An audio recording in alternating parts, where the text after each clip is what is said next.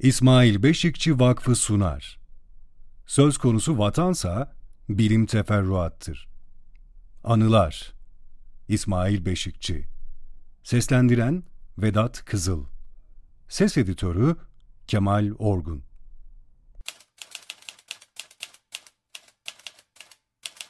Altıncı Bölüm.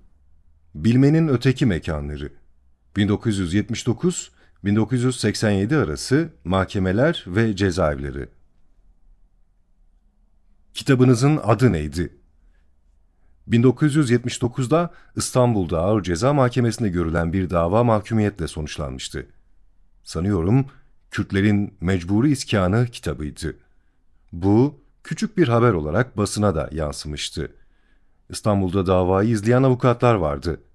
Yargıtay'a başvurup süre durdurma dilekçesi yazmışlardır diye düşünüyordum. Bu dilekçeyi 7 gün içinde yazmak gerekiyordu. 7. gün bu dilekçenin yazılmadığını öğrendim. Avukatlar ihmal etmişler veya öbür arkadaş yazmıştır diye bu dilekçeyi yazmamışlar. Bu haberi öğrendiğim zaman süre durdurma dilekçesini bizzat yazıp Yargıtay'a kendim götürdüm. El yazısıyla yazılmış bir dilekçeydi. 1979 yaz aylarıydı. Yargıtay'da görevliler beni ilgili bölümlere yönlendirdi. En son bir yargıca yönlendirdiler. İlgili yargıcın odasına girerek dilekçeyi kendisine gösterdim. Bir kitaptan dolayı mahkumiyet olduğunu, bu mahkumiyet kararını temyiz ettiğimi, süre durdurma dilekçesi yazdığımı, ileride ayrıntılı itiraz dilekçesini de yazacağımı belirttim. Yargıç dilekçeyi önüne koydu. Yargıç yer göstererek oturmamı rica etti. Kendisi çay içiyordu. Bana da söyledi. Hükümeti, devleti eleştirmeye başladı. Şu çağda düşünce özgürlüğünün hala sağlanamamış olması Türkiye için büyük bir ayıptır, dedi. Düşünce özgürlüğüyle, ifade özgürlüğüyle ilgili olarak bunun gibi birkaç cümle daha kurdu. Bu arada çay geldi. Oturduğum sandalyenin yanındaki taburenin üzerine konuldu. Ben de çayı yudumlamaya başladım. Yargıç dilekçeyi eline aldı. İmzalayıp beni kaleme göndereceğini söyledi. Bu arada kitabınızın adı neydi diye sordu. Kürtlerin Mecburi İskanı dedim. Yargıcın yüz ifadesi, sevecen, güler yüzlü hali hemen değişti. Çok ciddi, asık suratlı biri haline geldi. Dilekçeyi tutan eli titremeye başladı. Belki de bana yer gösterip oturttuğundan, çay ısmarladığından pişmanlık duyuyordu. Ama dilekçeyi imzaladı, kaleme götürmemi söyledi. Ben de çayı hemen bitirip odadan ayrıldım. Yargıtay çok kısa bir zamanda bu hükmü onaylamıştı. 1979 sonlarında başlayan Toptaşı cezaevi süreci bu onaylamadan sonra başlamıştı. Toptaşı cezaevi. Türk tarih tezi, Güneş dil teorisi ve Kürt sorunu ile Kürtlerin Mecburi İskanı kitaplarına verilen cezanın Yargıtay tarafından onaylanmasından sonra cezaevi yolu göründü. Bunlar, Bilim Yöntemi Türkiye'deki uygulama serisinin ilk 2 kitabıydı. O zaman İstanbul'da, Üsküdar'da 2 cezaevi vardı. Toptaşı cezaevi ve Paşakapısı cezaevi. Toptaşı cezaevine solcuları, Paşakapısı cezaevine de sağcıları koyuyorlardı. Savcı, tutuklularla kısa bir konuşma yapıyor ve bu konuşmaya göre onları Toptaşı cezaevine veya Paşakapısı cezaevine yönlendiriyordu. Ben de Toptaşı cezaevine getirildim. 1979 Eylül ayı ortalarıydı. Valizimde birkaç kitap arasında Osmanlıca öğreten bir kitap da vardı. Dışarıdayken Toptaşı cezaevinin yönetiminde devrimcilerin çok büyük bir ağırlığının olduğunu duyardım. Kapı altında gardiyanlar tarafından yapılan aramadan, kayıt işlemlerinden sonra devrimci olduklarını düşündüğüm birkaç kişi beni müşahede denen bir koğuşa götürdü. Duvarlardaki resimlerden, sloganlardan onların partizan örgütüne mensup olduklarını anladım. Onlar da valizimi, eşyalarımı aradılar ve Osmanlıca öğreten kitabı buldular. O kitapta Arap harfleriyle yazılmış yazılar vardı. O kitabı görünce beni sağcı sandılar. ve senin sorguda çekeceğin var, sorguda görürsün dediler. Ben bir şey söyleyemedim. Ne sorgusu diye düşünüyordum. Orada fazla kalmadım. O arkadaşlardan ikisi beni aldı, merdivenle çıkılan, giriş katının üstünde yer alan bir koğuşa götürdü. Etrafı 2 katlı ranzalarla çevrilmiş küçük bir koğuş. Müşahede denen yerden beni getiren 2 kişi, benim için bu herhalde sağcı bir kişi, yanlışlıkla bu cezaevine gelmiş diyerek eşyalarım arasında yer alan Osmanlıca öğreten kitabı gösterdi. Bu adamı iyice bir sorgulasak fena olmaz, bakalım ne yapmış. Koğuşta çok arkadaş vardı. Benim kim olduğumu, ne iş yaptığımı vesaire soruyorlardı. Bu arada koğuşun temizliğinden sorumlu olan ve meydancı denen bir çocuk içeri girdi. Elinde süpürge, kova vesaire vardı. Beni görünce, "İsmail abi, İsmail abi" diye bana yaklaştı. Sözleri, yaklaşımı çok sıcaktı. Benim sorguya alındığımı görünce koğuştakilere, "İsmail abiyi nasıl tanımazsınız? İsmail abinin kitapları var. Bizim evde en çok İsmail abinin kitapları var. Abim en çok bu kitapları okur. Ben de pek okur yazar olmamama rağmen bu kitapları okumaya çalıştım" dedi. Kendisinin Vanlı olduğunu, bir hırsızlık suçuna adının karıştığını söyledi. Meydancı çocuğun bu sözleri koğuştakileri çok şaşırttı. Ama ilgiyle dinlediler. Biraz da mahcup oldular. O çok genç arkadaşın bu sözlerinden sonra koğuştakilerin bana karşı tutumu değişti. Sorgudan ziyade sohbet başladı. Onlara Kürtlerin Mecburi İskanı kitabından ve bu kitapla ilgili mahkumiyet kararından, 12 Mart rejiminden, o dönem gerçekleşen yargılamalardan söz ettim. Arkadaşlar dikkatle dinlediler. Benim de o koğuşta kalmama karar verdiler. Toptaşı cezaevinde o günlerde her biri 120-130 kişilik kapasiteye sahip 3 büyük koğuş vardı. Devrimci arkadaşlar 2. koğuşta kalıyorlardı. Biraz önce sözünü etmeye çalıştığım küçük oda da 2. koğuşun bir parçasıydı. Küçük odada devrimci örgütlerin temsilcileri kalırdı. Burada her biri 2'şer katlı 7 ranza vardı. Esas büyük koğuştaysa bir baştan bir başa tahtadan yatak yerleri yapılmıştı.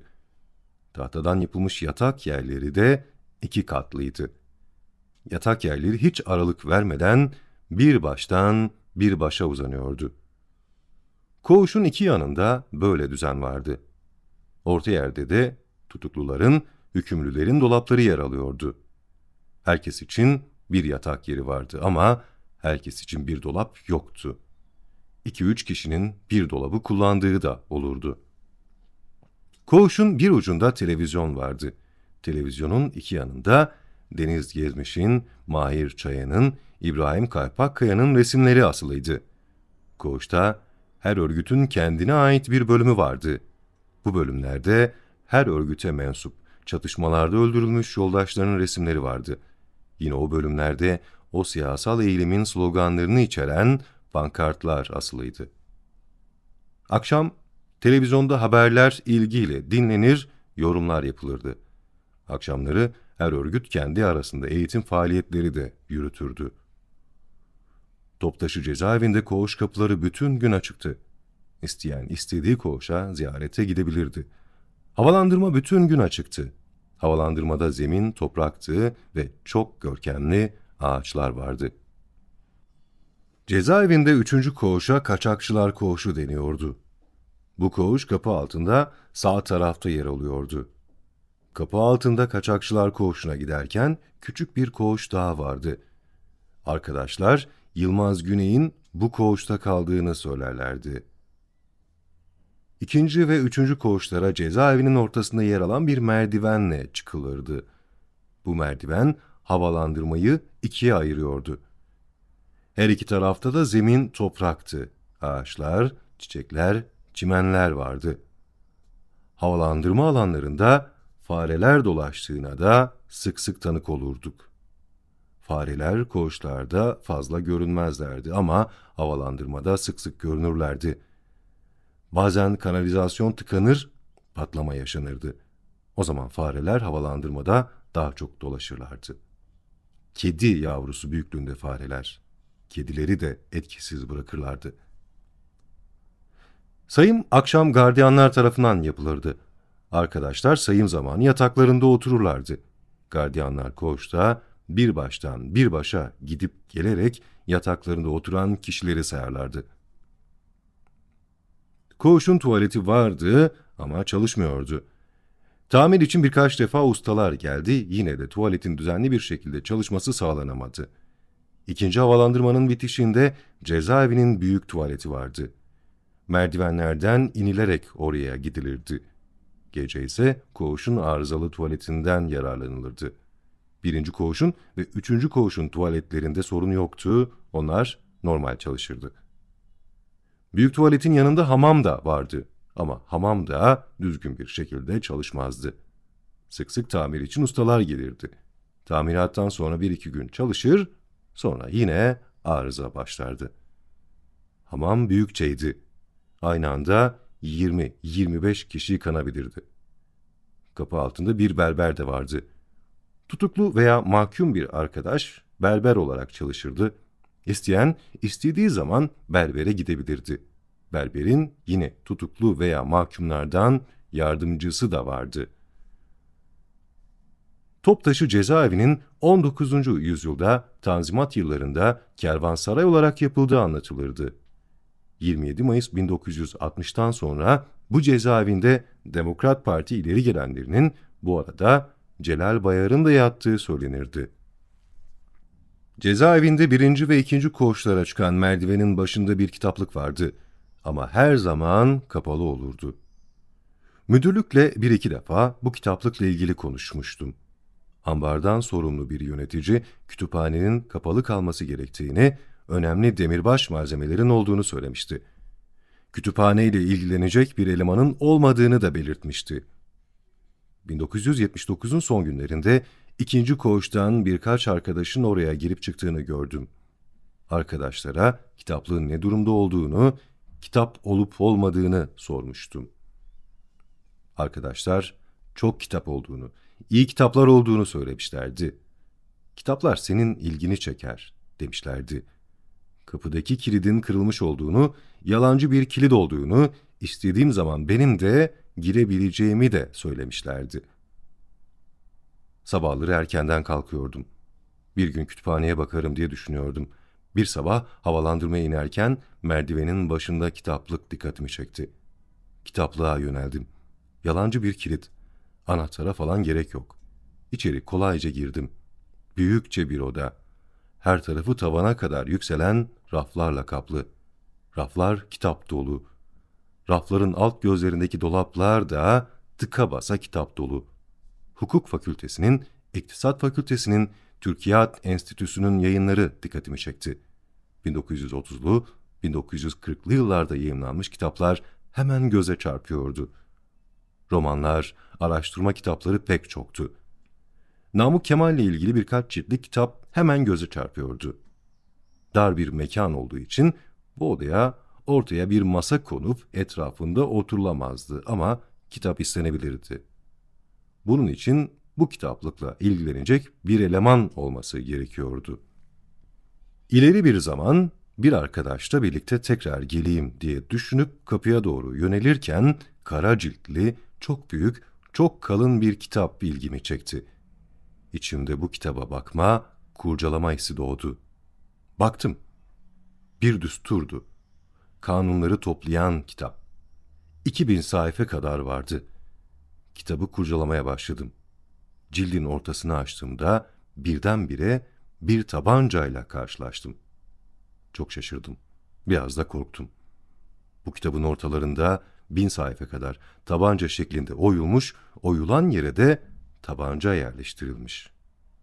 Hemen cildi kapayıp yerine koydum ve kütüphaneden çıktım.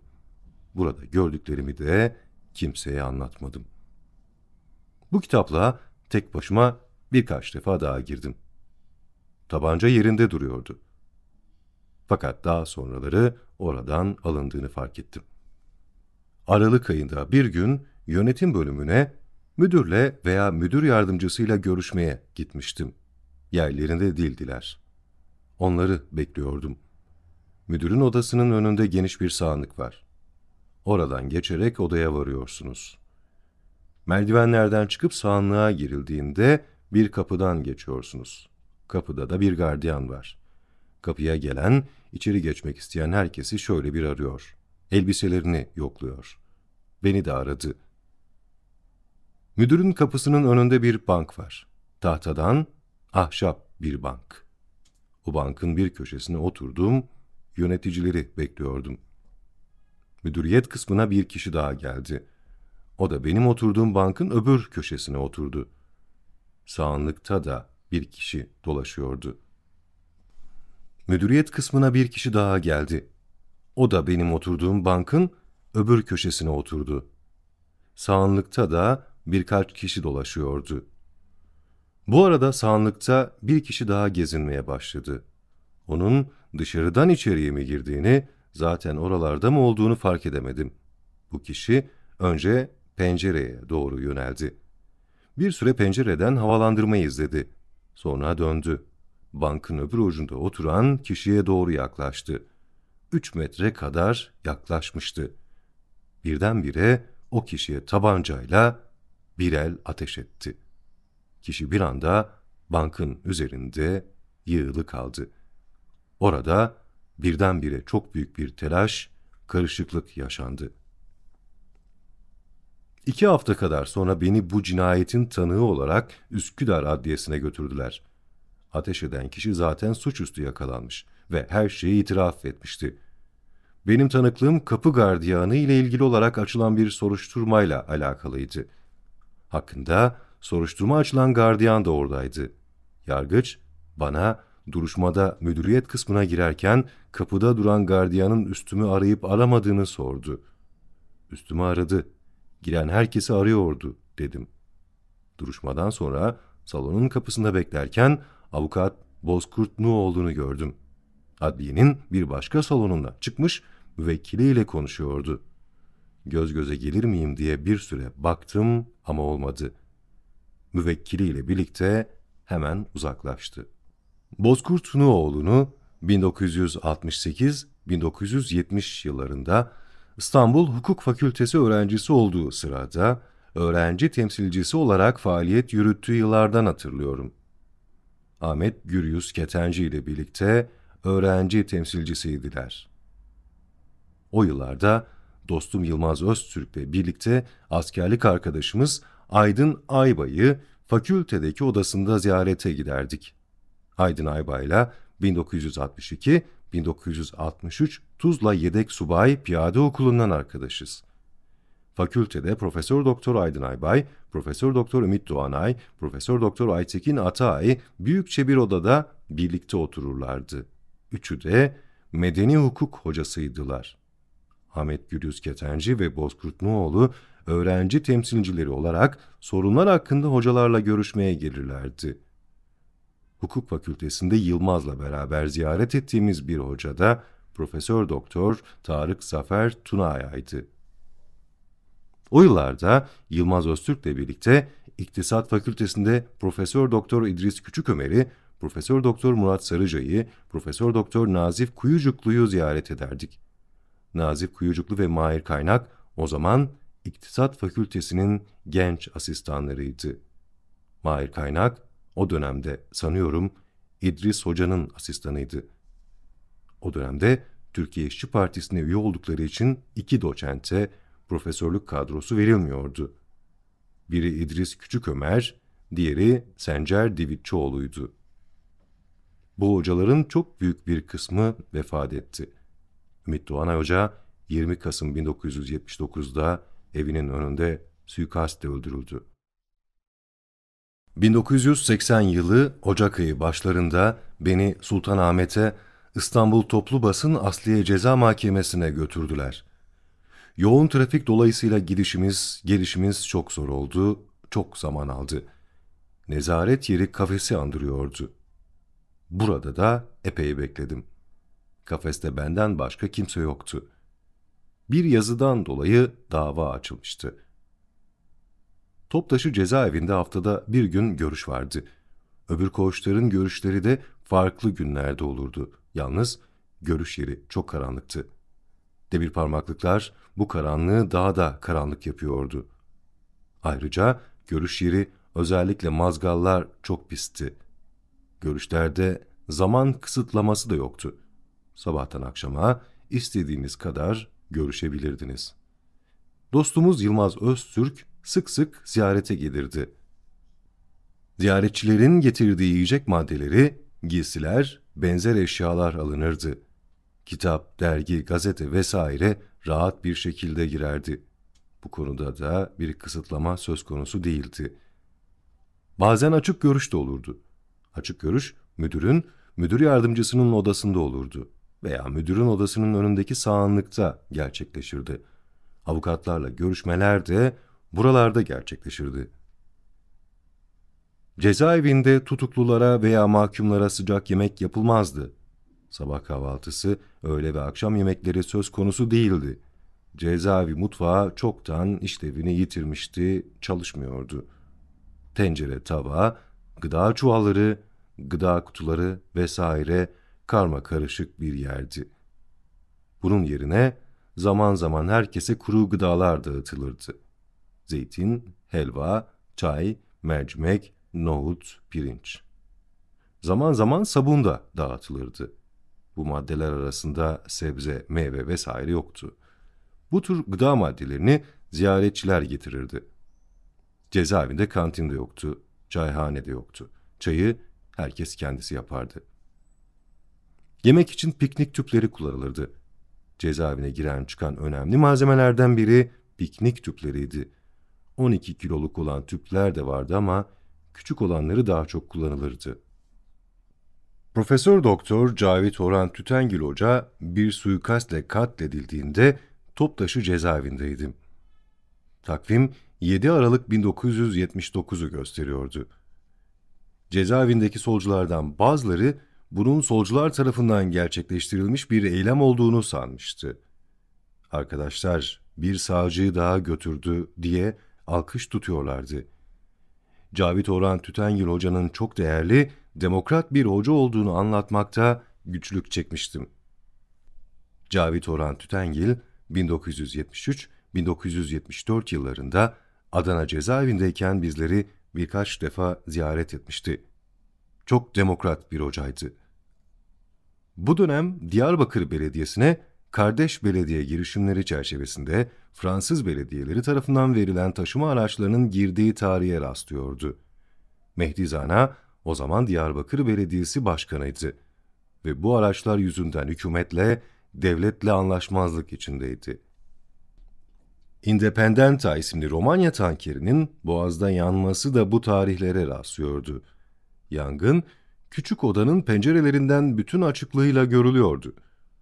Petrol yüklü Romanya tankerinin Boğaz'da bir Yunan tankeriyle çarpıştığı ve karaya oturduğu söyleniyordu.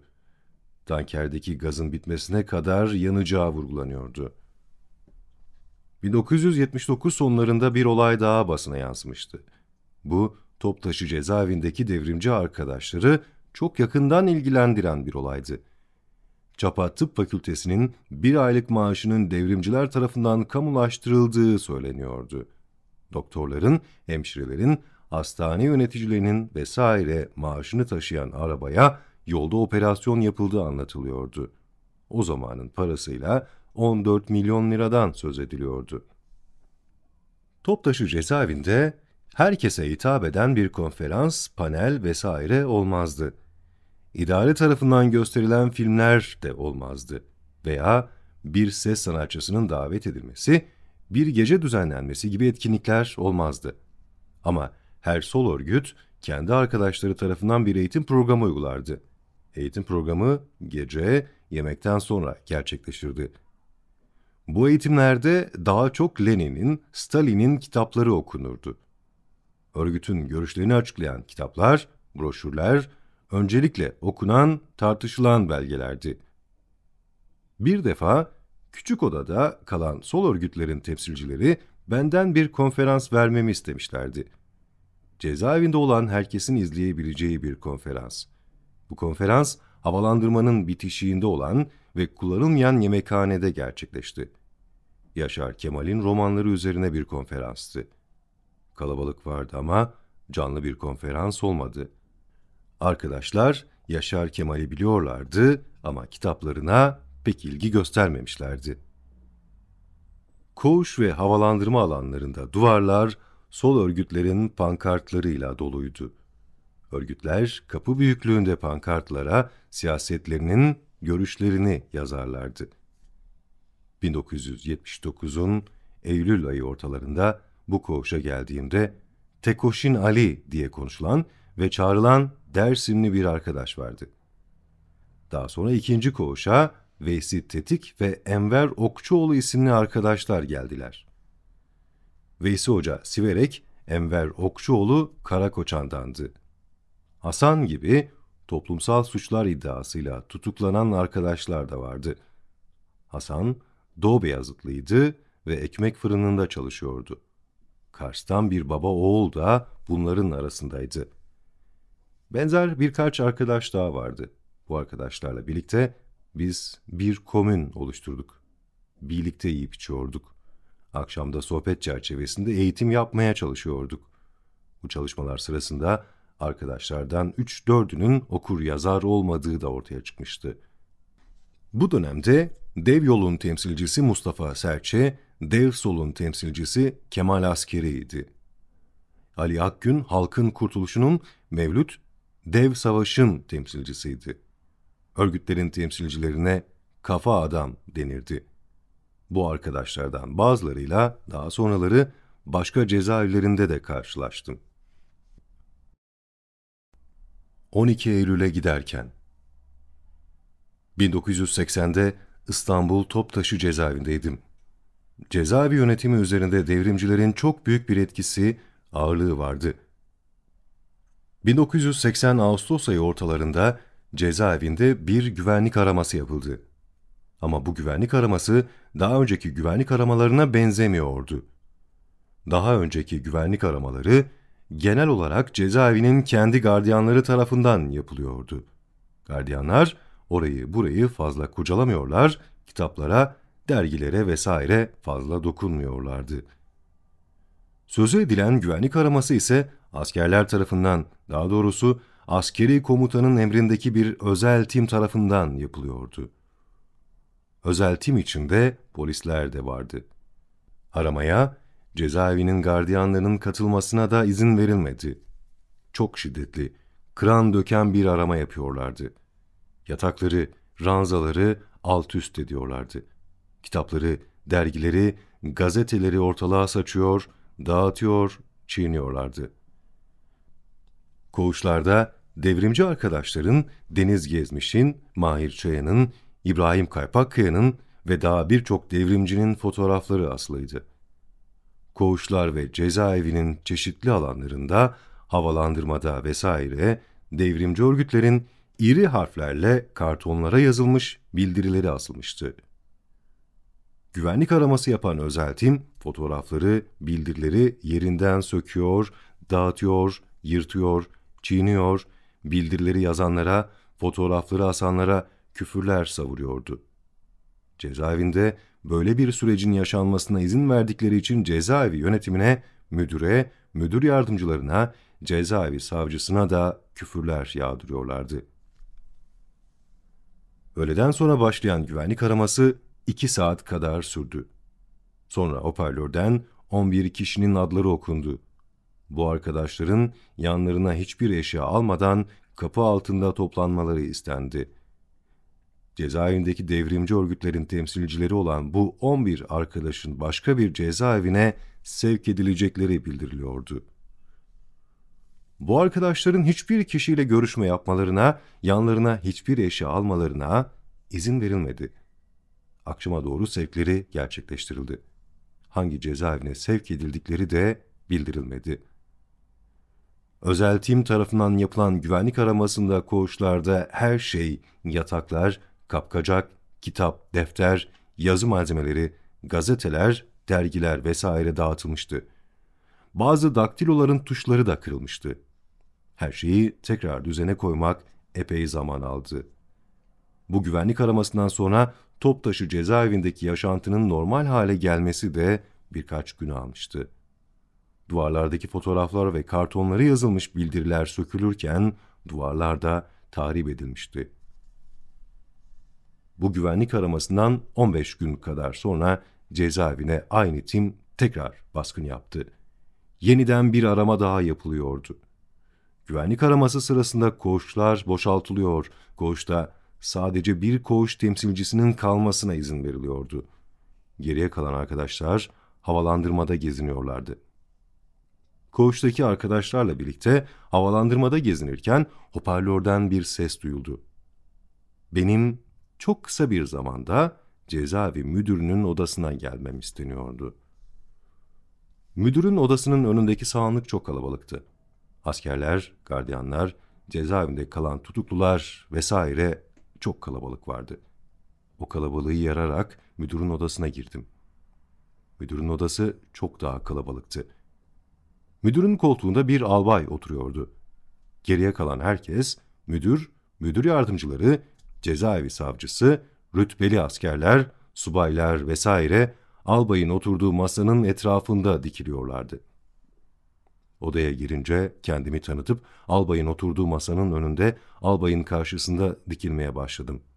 Albay, İsmail Beşikçi olup olmadığımı tekrar sordu. Ondan sonra bana bir broşür gösterdi. Arama sırasında koğuşta bunu bulduk. Sen böyle bir broşürü biliyor musun? Bunu sen mi yazdın? Gibi sorular sordu. Broşüre kısaca göz attım. Bu broşürü biliyorum. Haberim var, ben yazdım dedim. Albay, bu broşürde Kürtlerden, Kürtçeden vesaire söz ediliyor.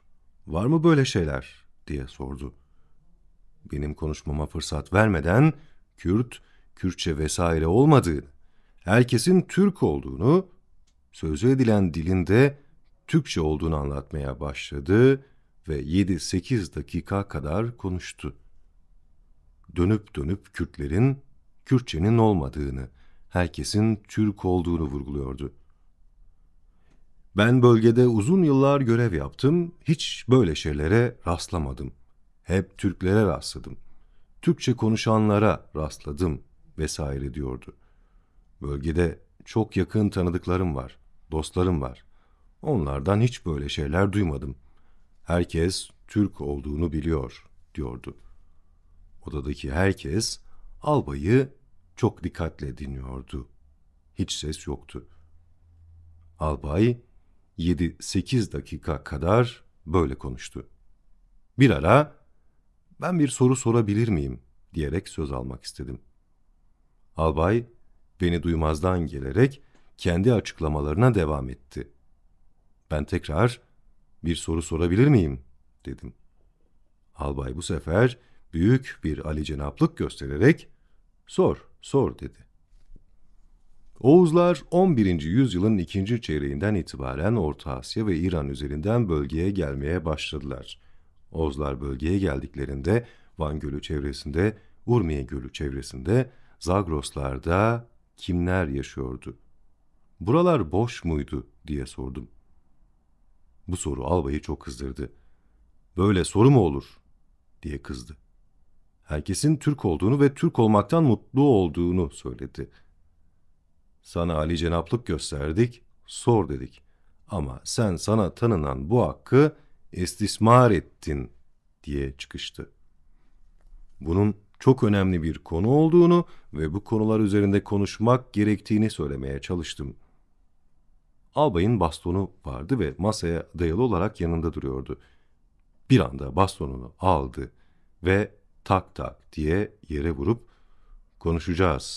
konuşacağız diyerek masadan ayrıldı. Kapıya doğru gitti.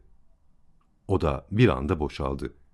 Müdür yardımcıları, cezaevi savcısı vesaire albayla beraber hareketlendiler. Albayı uğurlamak için arkasından gittiler. Ben de odadan çıkıp koğuşa doğru gidiyordum. Bir binbaşı hızlı bir şekilde yanıma gelerek "Ben Çerkesim ama Türk'üm" dedi. Ben de "Çerkes olduğunu kendin söylüyorsun" dedim. "Ama Türk'üm" diye ısrar etti. "Bu ikisi birlikte olmaz. Ya Çerkessindir ya Türk dedim. Çerkes olmak aynı zamanda gasp edilen, asimilasyona tabi tutulan Çerkes dil ve kültür halklarının bilincinde olmak ve bunları istemektir. Bunları kazanmak için mücadele etmektir demeye çalışırken binbaşı gruptan ayrı düşmeyeyim diyerek hızlı bir şekilde yanından ayrıldı. Koğuşa gittim. Herkes arama sırasında dağıtılan eşyalarını düzenlemeye çalışıyordu. Ben de dağıtılmış eşyaları toplamaya çalıştım. Kitapları, gazete küpürlerini bir araya getirmeye çalıştım. Bütün bunları yaparken hoparlörden benimle ilgili bir anons yapıldığını duydum.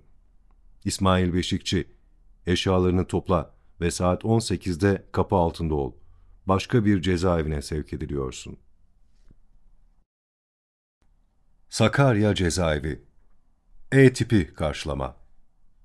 Özel timler tarafından yapılan bu güvenlik aramasının birincisinden 15 gün kadar sonra yapıldığını belirtmiştim. Bu 4 Eylül 1980 tarihine denk geliyor. Bu anonstan sonra koğuşta yeni bir hareketlilik başladı. Koğuştaki arkadaşlar daha önce sevk edilen arkadaşlarına, örgütlerinin temsilcilerine para götürmem için para vermeye başladılar. Dev yoldan falan arkadaşa 50 lira, partizandan falan arkadaş için 40 lira, kurtuluştan falan arkadaş için 40 lira. Böylece dev soldan, halkın kurtuluşundan, halkın birliğinden, TKP'den vesaire bende epey para birikti. Ben de arkadaşların sevk edildikleri cezaevine sevk edilecektim. Hangi arkadaşa ne kadar para gönderildiğini kafamda tutacaktım. Arkadaşları çok yakından tanıdığım için bu önemli bir sorun olmayacaktı. Bekleyen arabaya bindim. Araba içinde silahlı bir asker vardı. Şoför mahallinden ayrılmış, bu bölümde sadece ikimiz vardık. Araba yola girip bir süre ilerledikten sonra asker bana şunları söyledi. 15 gün kadar önce 10-12 arkadaşınız Sakarya cezaevine götürüldü. Sen de oraya götürülüyorsun. Arkadaşlarınıza cezaevine girişte çok işkence yaptılar. Fakat onlar kalabalık olduğu için sesli bir şekilde protesto ederek işkenceyi etkisiz bırakmaya çalıştılar. Bu haber benim için endişe kaynağı oldu. Bu endişelerle Sakarya cezaevine vardık. Akşam saat 9'a yaklaşıyordu. Sakarya cezaevine girişte kapı altında gardiyanlar birikmişti. Arama yapacaklarını, soyunmam gerektiğini söylediler. Eşyaları kurcalamaya, dağıtmaya başladılar. Kitapları, dergileri, gazete küpürlerini dağıtıyorlar, yırtıyorlar, çiğniyorlardı. Cebimden arkadaşlara gönderilen paralar çıktı. Bu paralar 15 gün kadar önce Toptaşı cezaevinden buraya gönderilen arkadaşlara ait. Bu paraları onlara arkadaşları gönderdi. Onlara dağıtacağım. Bunları ifade etmeye çalışırken bir baş gardiyan, "Bunlarda usul böyledir. Paralar liderde toplanır. Bütün harcamaları lider yapar. Bu gençlerin lideri de budur," demeye başladı. Ben lider falan değilim demeye çalışıyordum. Etrafta biriken gardiyanlar tekme, tokat, yumruk bana girişmeye başladılar. Masum gençlerimizi kışkırtanın bu adam olduğu da anlaşılmış oldu diyorlardı. Cüzdanımda Türkiye Yazarlar Sendikası tarafından bana verilen bir kart vardı. Türkiye Yazarlar Sendikası üyesi olduğuma dair bir kart. O kart da masanın üzerine kondu. "Bu adam bir de yazarmış," diyorlardı. "Parmaklarını kıralım, bileğini kıralım, eli kalem tutamazsın," diyorlardı. Benim sözlerimi hiç dinlemiyorlardı. İşe yeni alınmış çok genç gardiyanlar vardı. Onların kendilerini ispat etmeleri gerekirdi. Bu bakımdan daha hızlı, daha güçlü vuruyorlardı. Bu meydan dayağı bir süre devam etti. Bir tekme sonunda yere yıkılıyordum. Yerden doğrulmaya çalışırken başka bir gardiyanın tekmesiyle, yumruğuyla karşılaşıyordum. Gardiyanların bazılarının elinde cop, bazılarının elinde değnek, bazılarının elinde zincir vardı. Hepsini de kullanıyorlardı. Bileklerimden, yüzümden, dizimden kan sızıyordu. Pantolonun diz kesimleri büzülmüş, parçalanmıştı. Kafamı korumak için sık sık ellerimi kafama götürüyordum. Kafa tarafında da kan sızıntıları vardı. Bütün bunlara rağmen hiç sesim çıkmıyordu. Artık onlara laf anlatmaya çalışmanın gereksiz olduğunu düşünüyordum. Konuşmaya gayret etmiyordum. Bütün bu işkenceler süresinde sesimin hiç çıkmadığını çok sonra fark ettim. Tokatlar kafaya, yüze, kulaklara iniyordu.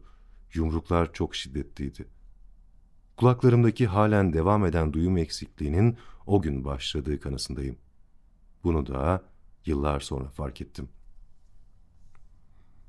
Yaşlıca gardiyanlardan biri çok daha etkili, hızlı vurmak için pozisyon alıyordu. Geri geri gidiyor, kollarını, mesafeyi ayarlıyor, sonra hızlıca yaklaşarak elindeki copu vücudumun çeşitli taraflarına hızlıca vuruyordu. Bu çok dikkatimi çekti. Ve ona bir şeyler söylemeye çalıştım. Kırık dökük bir şekilde, hırıltılı bir sesle o yaşlıca gardiyana şunu söylemeye çalıştım. Sen beni tanımıyorsun. Ben de seni tanımıyorum. Bana etkili vurmak için böyle pozisyon almaya çalışıyorsun. Bana bu kinin, düşmanlığın nereden geliyor? Bu laf üzerine o yaşlıca gardiyan, ben yoruldum diyerek elindeki copu bıraktı. Bir kenara çekildi. Ondan sonra genç gardiyanlar da bir tarafa çekildiler. Kapı altında gelişen bu süreçte müdür yardımcıları hiç görünmedi. Kanımca kapıların arkasında durumu izliyorlardı, direktif veriyorlardı. Bu arada bir baş gardiyan, çabuk topla eşyalarını, hücreye gidiyorsun diye bir direktif verdi. Eşyalarını iyi topla, bir daha geri gelmek yok. Falanca eşyam kaldı vesaire demek yok. Eşyalarını iyi topla. Eşyaları toplamam da mümkün olmadı. Doğrulmak, ilerlemek, yürümek mümkün değildi. Sürüne sürüne birkaç kitaba, sözlüğe, dergiye, gömleğe, kazağa, pantolona, iç çamaşıra ulaşabildim. Onları bir nevresim içine doldurmaya çalıştım. Parmaklarım eşyaları tutma, taşıma takatinde de değildi. Nevresimi de iyi tutamıyordum. Benimle birlikte nevresim de sürükleniyordu. Birkaç parça eşya da böyle sürüklenirken düştü, dağıldı. Birkaç gardiyanla birlikte ana maltada ilerledik. Sonra merdivenlerin olduğu bir alana geldik. Burası karanlık bir yerdi. Elektrik kesilmiş değil. Işıklar özel olarak karartılmış bir alandı. Merdiven çıkmaya başladık. Bir de çok büyük bir su gürültüsü geliyordu. Çok yüksek bir yerden aşağıya, beton zemine su düşüyordu. Su şarıltısı çok büyük bir ses, gürültü çıkarıyordu. Yanındaki kişinin ne dediğini bile duyamıyordum. Sürüne sürüne bu merdivenleri çıkmak çok zor oluyordu. Bu sırada bir gardiyan karanlıkta nevresimin ucundan tutmaya çalışarak bana yardımcı oluyordu. E tipi cezaevlerini ilk defa Sakarya cezaevinde gördüm, yaşadım. Malta'nın her iki tarafında 4 katlı bölümler, her katta 10 hücre var. E tipi cezaevlerini daha sonra başka cezaevlerinde de yaşadım. Bu şekilde kah sürünerek, kah doğrulmaya çalışarak 4. kata kadar çıktık. Bu çok uzun sürdü. Gardiyanlar hızlı, daha hızlı demelerine rağmen hız falan olmuyordu. Yoğun bir takatsizlik hali vardı. 4. katta hücrelerden mum ışıkları sızıyordu. Burada hücrelerin önünde epey ilerledik. 6. veya 7. hücrenin kapısı önünde duruldu. Gardiyanlardan biri hücrenin kapısını açtı. Bir gardiyan bir tekmeyle beni hücrenin içine doğru fırlattı. Hücrenin içine fırlatılır fırlatılmaz içerideki arkadaşlardan "İsmail ağabey, seni de mi sürgün ettiler?" diye sevinçle hüznün bir arada olduğu dolu bir çığlık yükseldi. Arkadaşları bulmam, yanlarına varmış olmam benim için çok büyük bir mutluluk oldu. İçeride 5-6 arkadaş vardı. Bir kısmı bir kilim parçası üzerine uzanmış, bir kısmı da ayaklarını uzatmış oturuyordu.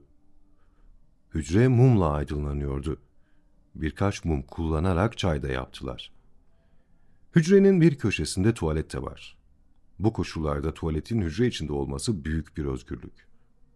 Bu arkadaşlara kendi arkadaşlarından para getirdiğimi ama paraya el konulduğunu, belki cezaevinde bir deftere kaydedildiğini anlattım. 12 Eylül'e kadar bu hücrede kaldık. 12 Eylül'den sonra koğuşlara verildik. Koğuşlarda da sayım yaptırımları başladı. Bu olaydan birkaç hafta sonra koğuştaki arkadaşlardan birinden duymuştum. O gece 4. katta en başta bulunan hücrede bir kaçakçı kalıyormuş.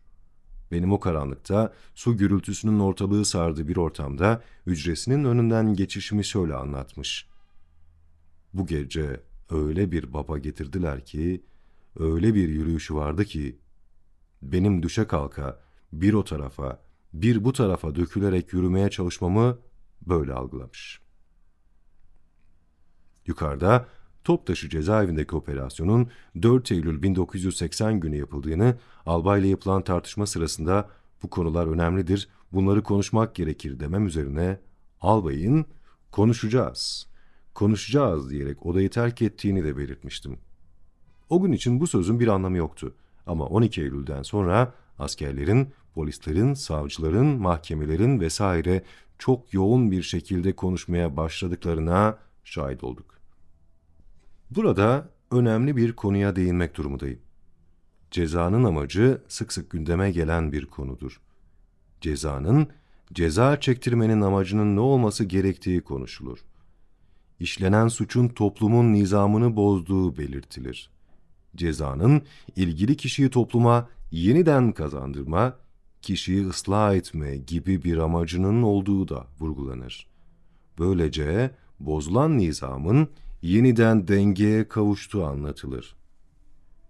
İfade özgürlüğünün kısıtlandığı, idari ve cezai yaptırımlara bağlandığı bir siyasal sistemde bu tartışma anlamlı değildir.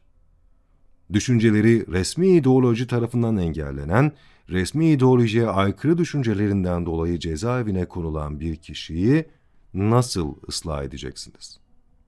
Bu olgusal süreçte açıkça görülmektedir ki, cezanın amacı ilgili kişiyi mağdur etmektir. İfade özgürlüğünün kısıtlandığı, düşünce açıklamalarının idari ve cezai yaptırımlara bağlandığı siyasal sistemlerde düşün, bilim, sanat hayatına resmi ideolojinin egemen olduğu siyasal sistemlerde cezanın amacı ilgili kişiyi mağdur etmektir, ondan intikam almaktır.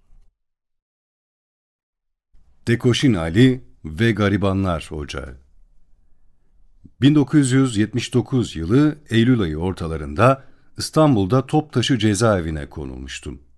Cezaevinde 2. koğuşta Tekoşin Ali olarak hitap edilen Dersimli bir arkadaş vardı. Daha sonra koğuşa Veysi Tetik, Enver Okçuoğlu gibi arkadaşlar geldiler. Koğuşta hırsızlık, yaralama, cinayet gibi toplumsal suçlar iddiasıyla cezaevinde tutulan birçok Kürt vardı. Bunların çoğu herhangi bir meslekte çırak olarak çalışıyorlardı.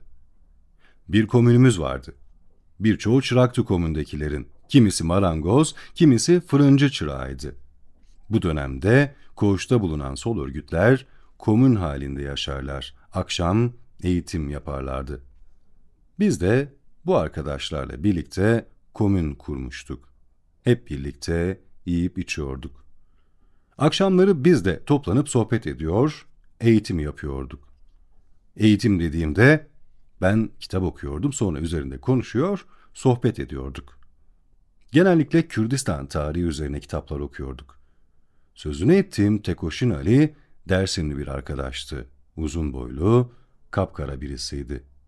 Kara bıyıkları ve kocaman elleri vardı. Daha önce Kurtuluş Hareketi'ndeymiş. Sonra ayrılıp Tekoşin'e geçmiş. Onun için Tekoşin Ali deniyordu. Silah yakalatıp cezaevine girmişti. Ve bir pavyonda fedailik yapıyormuş. Tekoşin Ali'yi kapıya koyuyorlarmış. İçeride bir olay olduğu veya birisi para ödemediği zaman Tekoşin Ali işi hallediyormuş. Bana bir müddet sonra Tekoşin örgütünden bir arkadaş cevap gönderdi. Cevapta bizim örgütümüz çevresinde Tekoşin Ali diye bir kimse yok deniyordu.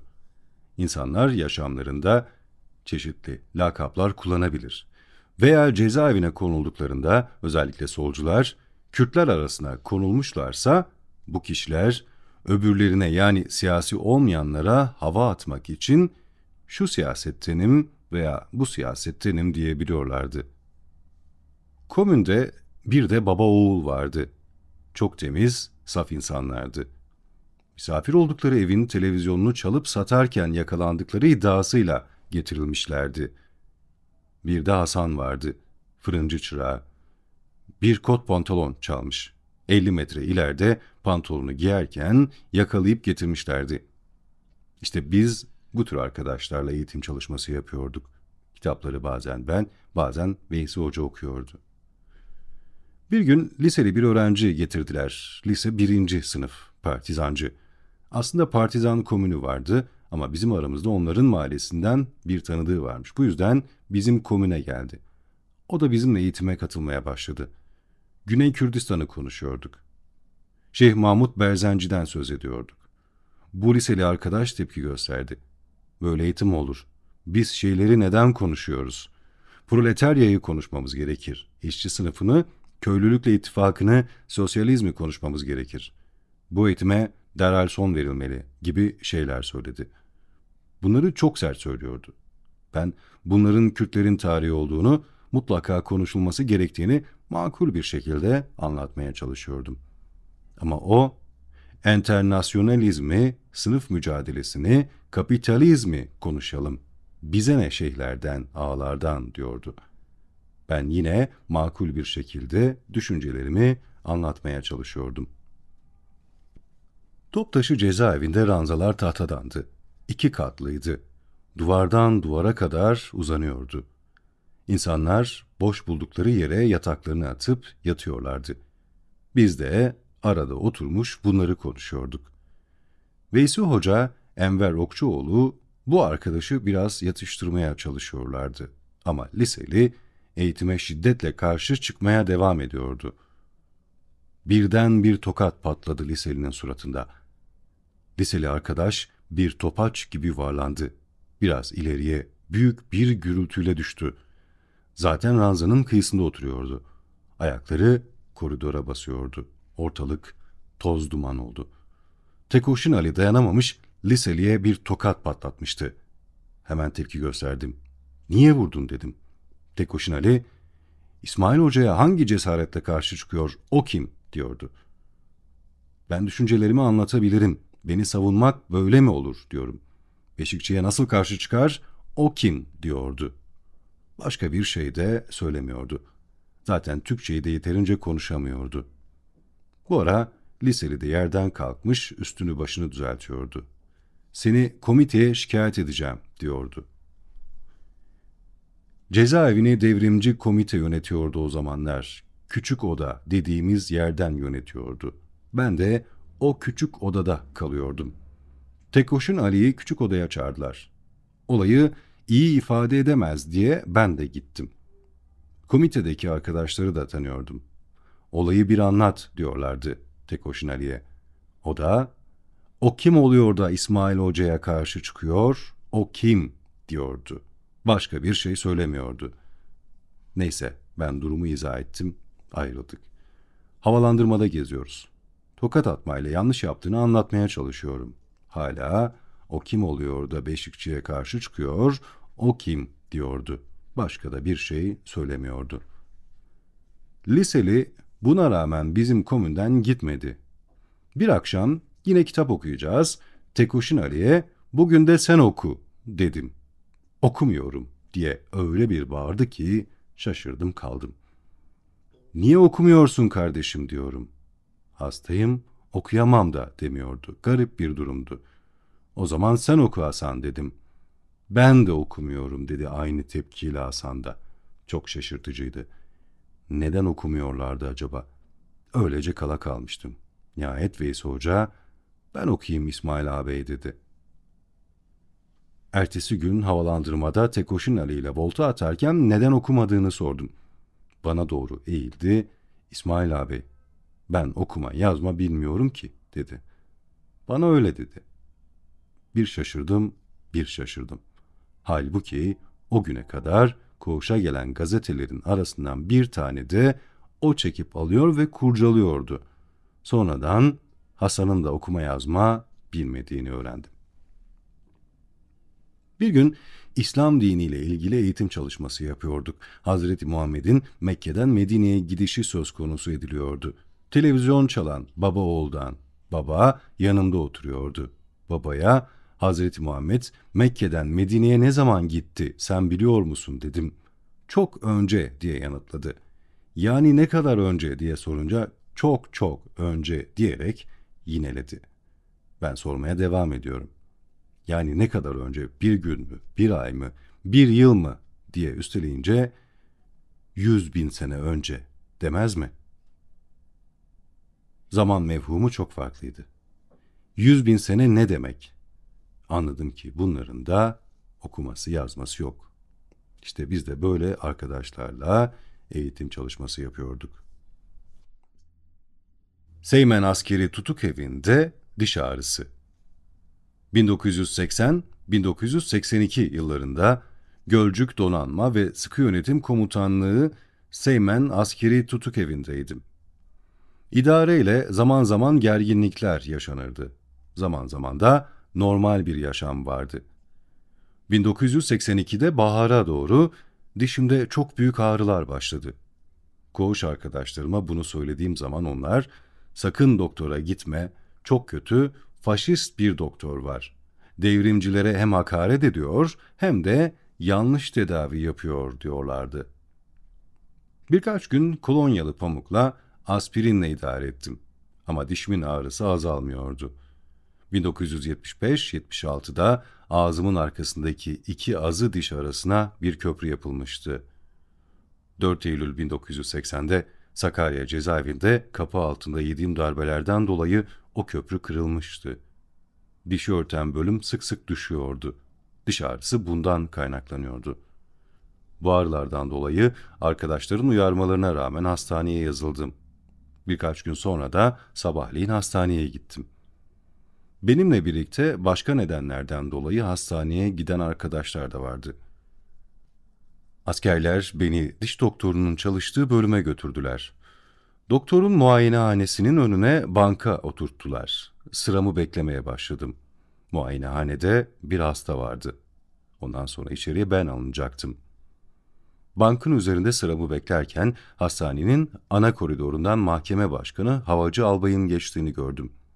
Tam çaprazımda 6-7 metre ötemden geçiyordu. Yanında ortaokul öğrencisi olduğunu sandım, çok genç bir kız vardı. Sanıyorum kızıydı. Onu doktora gösterecekti. Bir ara mahkeme başkanı albayla göz göze geldik. Beni görünce yönünü değiştirdi. Diş doktorunun muayenehanesine doğru yöneldi. İçeri girdi. Albay, dişçi muayenehanesinde fazla kalmadı. 1 dakika kalmadan çıkıp gitti. Bu beni çok korkuttu. Endişelerimi artırdı. Zira bu albay mahkemede, duruşmada, sorgu sırasında bana çok kızmıştı. Dava konusu İsviçre Yazarlar Birliği'ne gönderilen bir mektuptu. Mektup 1980 baharında Toptaşı cezaevinden gönderilmişti. Türkiye'de Kürtlerin Kürtçenin inkar edildiğinden, asimilasyondan, yazarların asimilasyona karşı olmaları gerektiğinden vesaire söz ediliyordu. Kürdistan'ın Orta Doğu'daki, Yakın Doğu'daki konumundan da söz ediliyordu. Duruşmada ifade sırasında bu albay bana bir soru sormuştu. Kürdistan, Kürdistan deyip duruyorsun, buralar nerelerdir? Ben de Mahabat, Süleymaniye, Erbil, Musul diye sayıyordum. Diyarbakır, Van derken albay çok şiddetli tepki gösterdi. Oturduğu koltuktan hızla kalktı, kalkarken koltuk devrildi. Bir an bir karışıklık oldu. Albay, Türk vatanından falan söz ediyordu. Koltuğu düzelttiler. Albayı sakinleştirdiler, tekrar yerine oturttular. İfade devam ediyordu.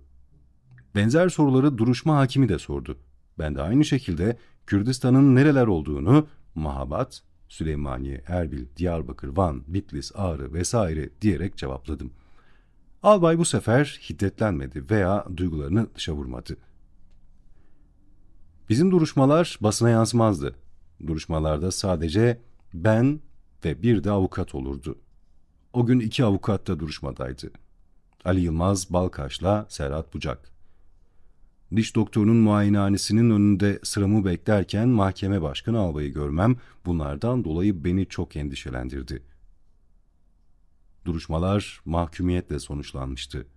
10 yıl ağır hapis, 3 yıl sürgün. Devleti dış ülkelerde kötülemek. Hastaneye geldiğimde dosya Yargıtay'daydı. Kendi kendime keşke gelmeseydim diyordum. Bu endişelerle muayenehaneye girdim. Doktor hasta koltuğunu işaret ederek oturmamı istedi. Oturdum. Doktora ağzımı açıp hasta olan dişi işaret etmeye çalıştım. Doktor etrafımda dönerek ağzımı, dişlerimi kontrol etmeye başladı. Düşündüğümün aksine çok yavaş ve çok sessiz hareket ediyordu. İğne uçlu aleti, öbür aletleri çok itinayla, yavaş yavaş ve sessiz bir şekilde kullanıyordu. Bu kontrollerden sonra şunları söyledi. Senin bu dişine yanlış bir uygulama yapılmış. Şimdi düşen parçayı yapıştıracağım. İleride yine düşebilir. Düştüğü zaman yine bu şekilde yapıştırmak gerekir. Köklü tedavinin ise cezaevi dışında yapılması gerekir. Burada bu aletler, malzemeler yok. Bundan sonra doktor bir karışım hazırladı ve düşen o parçayı yapıştırdı. Böylece diş ağrısından kurtulmuş oldum. Albayın doktorun muayenehanesine girdiğinde ne dediğini elbette bilmiyorum. Ama olumlu bir şeyler söylemiş olmalı diye düşünüyorum. Seymen Tutuk evine bu şekilde döndüm. Arkadaşlar da beni bekliyorlardı. Kötü bir durumla karşılaşıp karşılaşmadığımı merak ediyorlardı. Olup biteni onlara da anlattım. Burada bir konuyu belirtme gereği duyuyorum. 1980'ler. Almanya'da Türk işçilerinin çok hırpalandığı, yer yer aşağılandığı yıllar. Almanya'dan ayrılacak Türk işçilerine külliyatlı miktarlarda para da teklif ediyor. Türk işçiler hakkında şurada burada olumsuz karikatürler de yayımlanıyor. Türk yöneticiler bunları doğal karşılıyorlar. Burada Türklüğü rencide edici bir husus görmüyorlar. Ama Türk devlet haklı, Türkiye'de Kürtler, Kürtçe inkar ediliyor, Kürtlere asimilasyon politikaları uygulanıyor sözlerini, yabancı bir ülkede Türklüğü, Türk devletini kötülemek şeklinde algılıyor. Açlık grevi 1981 yılı sonları. Donanma ve Sıkı Yönetim Komutanlığı Seymen Askeri Tutuk evindeyim. Koğuşlarda yıl boyunca Karıştır, Barıştır programı uygulanıyordu. Bu programa gerek devrimciler tarafından, gerek ülkücüler tarafından tepki gösteriliyordu. Havalandırmaya çıkarken, girerken bazı gerginlikler, tartışmalar, itişmeler de oldu. Ama idarenin istediği karıştırma, barıştırma bir türlü gerçekleşmedi. 1981 sonbaharında koğuşlar ayrıldı. Devrimciler ve ülkücüler artık ayrı ayrı koğuşlarda kalıyorlardı. Bu sırada idare, saçlar, bıyıklar kesilecek diye bir yaptırım açıkladı. Bu yaptırıma şiddetle karşı konuldu. Havalandırmaya çıkarken, havalandırmadan koğuşlara girerken bu yaptırım sloganlarla protesto ediliyordu. Buna rağmen idare saç kesme, bıyık kesme konusundaki ısrarını sürdürüyordu. Solcular Seymen Tutuk evinde 2. kattaki koğuşlarda kalıyordu. Solcuların kaldığı 3-4 koğuş vardı. Koğuşlar havalandırmaya ayrı ayrı çıkarılıyorlardı. Alt kattaki 2 koğuşta da sağcılar kalıyordu. O gün 3-4 koğuştaki bütün solcular havalandırmaya inmişti. İdare, bütün solcuların havalandırmada bir arada olmasını istemiyordu ama arkadaşlar idareye rağmen fiili bir durum yaratmıştı. Havalandırma, bütün koğuşların bir arada olmasından dolayı çok kalabalıktı.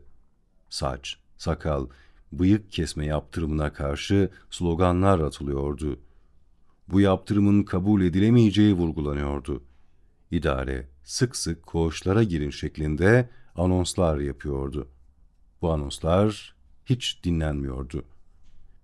İdarenin havalandırmaya girmesini engellemek için barikat kurulmaya başlandı. Önceden hazır edilmiş mutfak tüpleri idare bölümünün duvarının dibine yerleştiriliyordu.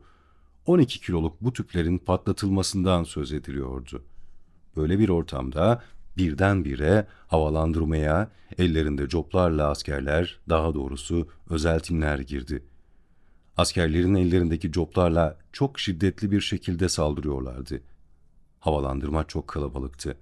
Askerler de girince yoğunluk daha da arttı. Bu kalabalık arkadaşların da askerlerin de manevra yapmasına olanak vermiyordu. Ama askerler her fırsatı kullanarak her önüne gelene coplarla saldırıyorlardı. Tutuklular coplardan korunmak için vaziyet alıyor, bu da bazen copların havalandırmanın duvarlarına çarpmasına neden oluyordu. Bu sırada duvarlardaki sıvalar kopuyor, irili ufaklı kopan parçalar arkadaşların çeşitli yerlerine, suratlarına çarpıyordu. Bu sıva parçalarından biri benim yüzüme de çarpmış, dudağımın üst kısmının kanamasına neden olmuştu. Elimi yüzüme götürdüğümde bu kanamayı hissetmiştim. Tam bu anda askerlerin, özel timlerin komutanıyla göz göze geldim. Çok şaşırtıcı bir durumla karşılaştım. Komutan, 12 Eylül'e giderken bölümünde bahsettiğim Çerkesim ama Türk'üm diyen subaydı. Yine binbaşıydı.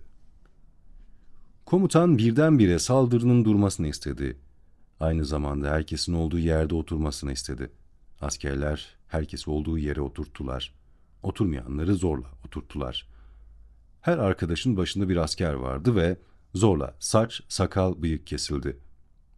Operasyonlar bitince herkes kendi koğuşuna götürüldü ve bütün koğuşlarda bu operasyonları protesto anlamında aynı anda açlık grevi başladı. Açlık grevine ben de katıldım. O zaman dev yolcu arkadaşların kaldığı koğuşta kalıyordum. Koğuşta olan herkes 30 kişi kadar açlık grevine katıldı. Ama saç, sakal, bıyık kesilirken havalandırmada taşlar üzerine oturtulmuştuk. Bu bende mide üşütmesi yaratmıştı. Başka arkadaşlar da bu durumdan etkilenmiş olabilir. Açlık grevine böyle bir ortamda başlamış olduk. Tuvalet anahtarı.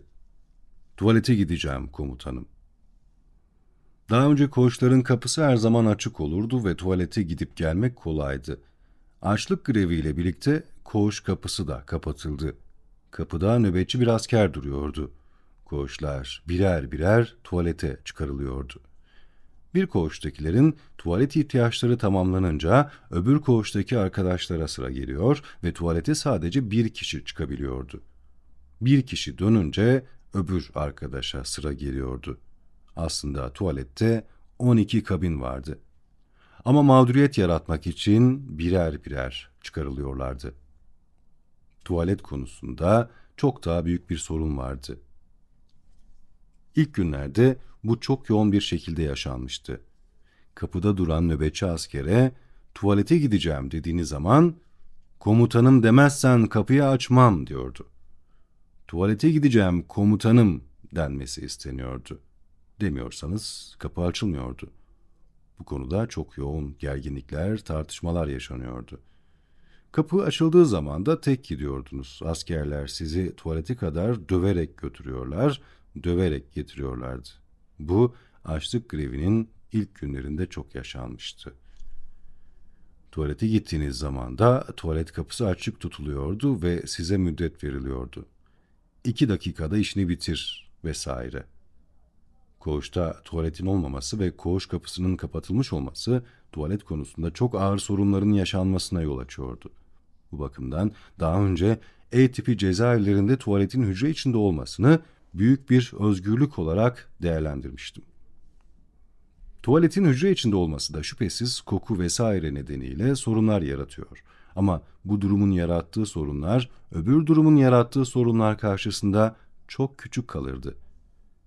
5. gün rahatsızlanan bir arkadaş hastaneye kaldırıldı. Arkadaş akşam geri geldi. Ondan sonraki günlerde de 1-2 kişi hastaneye götürüldü. Arkadaşlar tedavi kabul etmedikleri gerekçesiyle hemen dönüyorlardı. Ben midemde biraz rahatsızlıklar hissediyordum.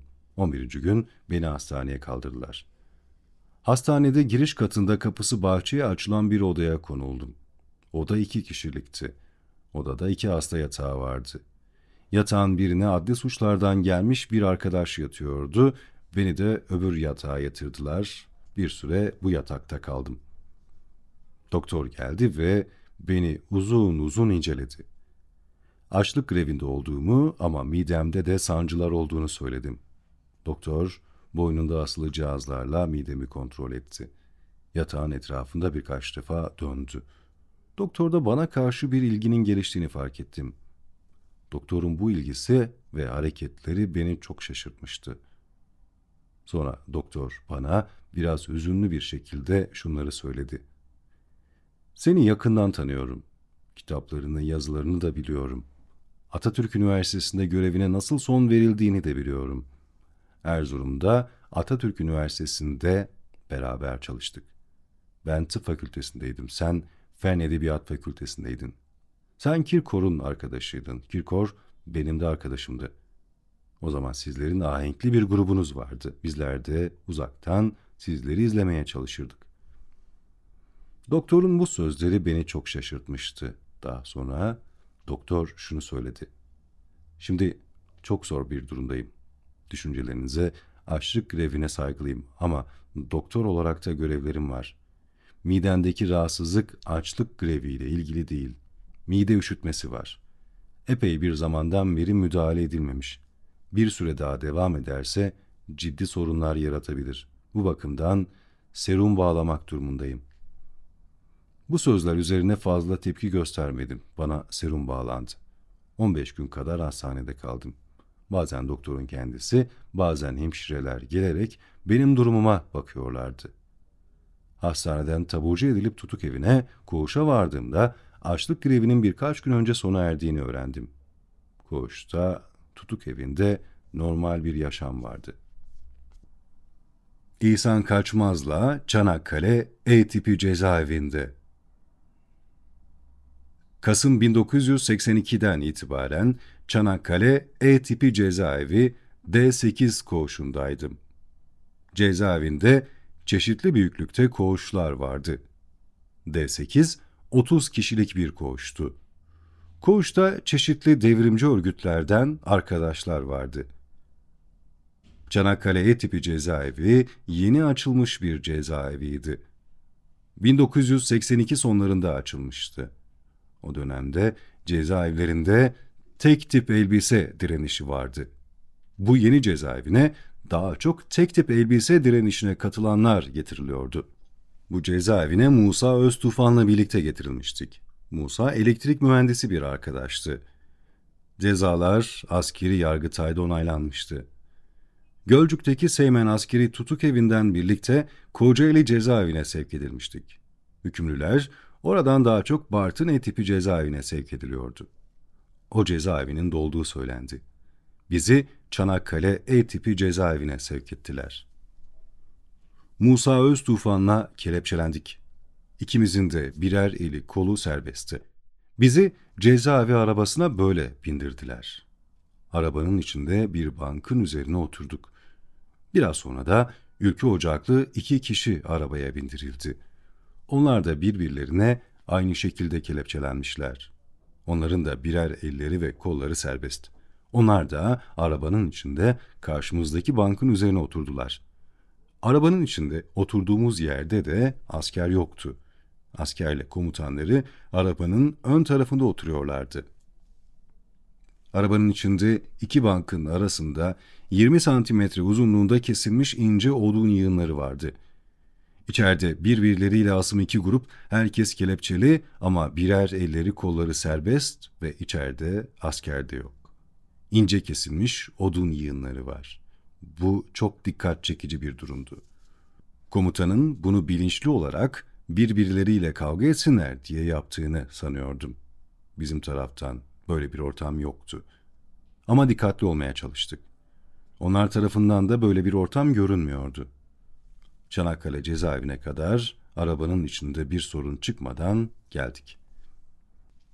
Çanakkale E tipi cezaevi yeni açılmış bir cezaeviydi. Biz cezaevine ilk giden gruplardandık. Bizden önce birkaç grubun daha geldiği anlaşılıyordu. Biz cezaevinde kapı altındayken koğuşlardan slogan sesleri geliyordu. Tek tip elbise direnişinin devam ettiği anlaşılıyordu. O zaman kapı altında Musa ile beni askeri komutan şöyle tehdit etmişti. Kurallara uyun. Eğer uymazsanız Antep'te 7 kat yer altında özel tip cezaevi yapılıyor. Oraya sürgün edilirsiniz. D8 koğuşunda ilk günlerde 7-8 kişiydik. Ama her gün yeni katılımlar oluyordu. İzmir, Konya, Çukurova cezaevlerinden Çanakkale E tipi cezaevine sevkler gerçekleşiyordu. İzmir, Konya, Çukurova yörelerindeki cezaevlerinden gelenlerle koğuş kalabalıklaştı. İzmir'deki cezaevlerinden Coşkun Üsterci, İstanbul'dan Cemal Özkan da bu koğuştaydı. Rizgari dergisinden de Hüseyin Temel isimli bir arkadaş da vardı. Adana yöresinden getirilmişti. Konya, Adana taraflarından gelen arkadaşlar arasında Adana, Yumurtalık yöresinden Yusuf Ünver de vardı. Bölüm 2 katlıydı. Alt kat ve üst kat arasında iletişimin gerçekleşmemesi için yönetim sıkı tedbirler alıyordu. Çok geniş bir havalandırması vardı. Koğuşlar havalandırmaya sırayla çıkartılırdı. Koğuşta yaşam bu şekilde devam ederken Konya cezaevi ve Adana yöresinden gelen arkadaşlar arasında İhsan abi de geliyor, İhsan baba geliyormuş şeklinde konuşmalar başladı. Bazı arkadaşlar İhsan abi, bazı arkadaşlar İhsan dayı, bazı arkadaşlar da İhsan baba diyorlardı. İhsan amca diyenler de vardı. Merak üzerine sorulan sorulardan sonra bu arkadaşın adının İhsan Kaçmaz olduğu da söylendi. Bu konuşmalar 8-10 gün devam etti. Sonunda İhsan Kaçmaz da D8 koğuşuna verildi. İhsan Kaçmaz hem boy pos olarak hem de en olarak iri bir arkadaştı. Çok güçlüydü. Çok kalın, uzun bir paltosu vardı. Cezaevinde tek tip elbise direnişi vardı. D8 koğuşunda bu eyleme katılıp katılmama konusunda tartışmalar vardı. Böyle bir ortamda bu uzun paltoyla koğuşa gelmeyi nasıl becerebildiği dikkate değerdi. Herhalde D8 koğuşunda tek tip elbise direnişinin henüz olmamasıyla ilgiliydi. İhsan Nusaybinliydi. Kendisinin yarı Kürt, yarı Arap olduğunu, kaçakçılıkla uğraştığını söylüyordu. Bu nedenle birkaç defa Suriye cezaevlerinde kaldığını da dile getiriyordu. Kaçakçılıkla meşgul olduğu bir sırada Filistin taraflarında Türkiye'den devrimci arkadaşlarla tanışmış, giderek partizan siyaseti çevresinde yer almıştı. Koğuşta arkadaşlar İhsan Kaçmaz'a İhsan baba, İhsan dayı, İhsan abi, İhsan amca gibi sözcüklerle hitap ediyorlardı. Ben de İhsan abi demeye başladım. O da bana İsmail abi diyordu. Ben İhsan Kaçmaz'ın kişi olarak yaşça benden büyük olduğunu ama bana saygı duyduğundan İsmail abi dediğini düşünüyordum. Koğuşta ilişkimiz hep bu şekilde sürüyordu. Öbür koğuşlardaki arkadaşlar gibi D8 koğuşu da bazı istekler dile getiriyordu. İdarenin bu istekleri karşılaması gerektiğini vurguluyordu. İdareyle görüşmeleri daha çok koğuş sorumlusu Coşkun Üsterci yapıyordu. Bu çerçevede cezaevi müdürü veya müdür yardımcıları veya gardiyanlar zaman zaman konuşmalar yaparlardı. İdare koğuşun tek tip elbise direnişine katılmasına engel olmaya çalışıyordu.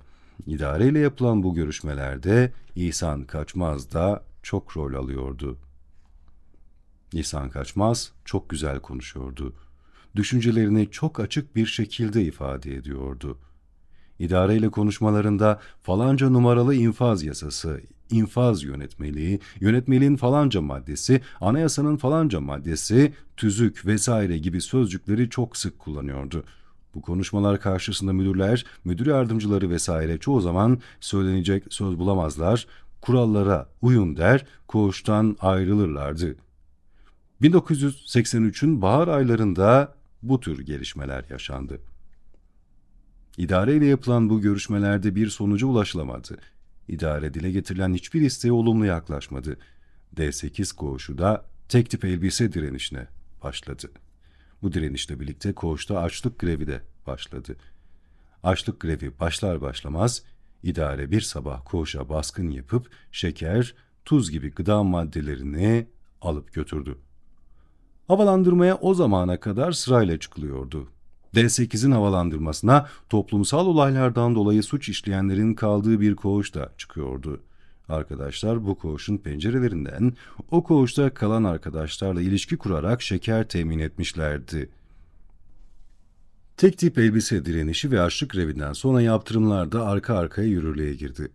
Haberleşme, mektup yasağı, görüş yasağı, havalandırma yasağı, koğuşlar arası ilişkinin kaldırılması, hamama gitme yasağı, günlük gazete, dergi yasağı, kitap yasağı vesaire.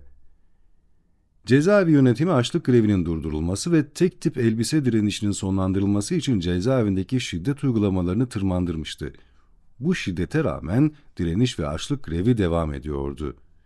İdare bazen başgardiyanı, bazen gardiyanları göndererek direnişin ve açlık grevinin durdurulması konusunda isteklerini bildiriyordu. Koğuş da isteklerini bildiriyor ama idare bunları çözemeyeceğini vurguluyordu. Emirler yukarıdan, bunlar bizi aşar, diyordu. İdarenin koğuşlara zorla girerek açlık grevini ve tek tip elbise direnişini sonlandırmaya çalışacağı anlaşılmıştı.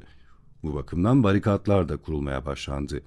D8'de koğuş kapısının ardına barikat kuruldu. Bir sabah idareye en yakın koğuşlardan slogan sesleri gelmeye başladı. Slogan sesleri gittikçe yükseliyordu. İşkenceye son, direniş işkenceyi yenecek vesaire. İdarenin gardiyanlarla, özel timlerle koğuşlara zorla girmeye başladıkları anlaşılıyordu. Slogan sesleri de gittikçe yakınlaşıyordu ve artıyordu.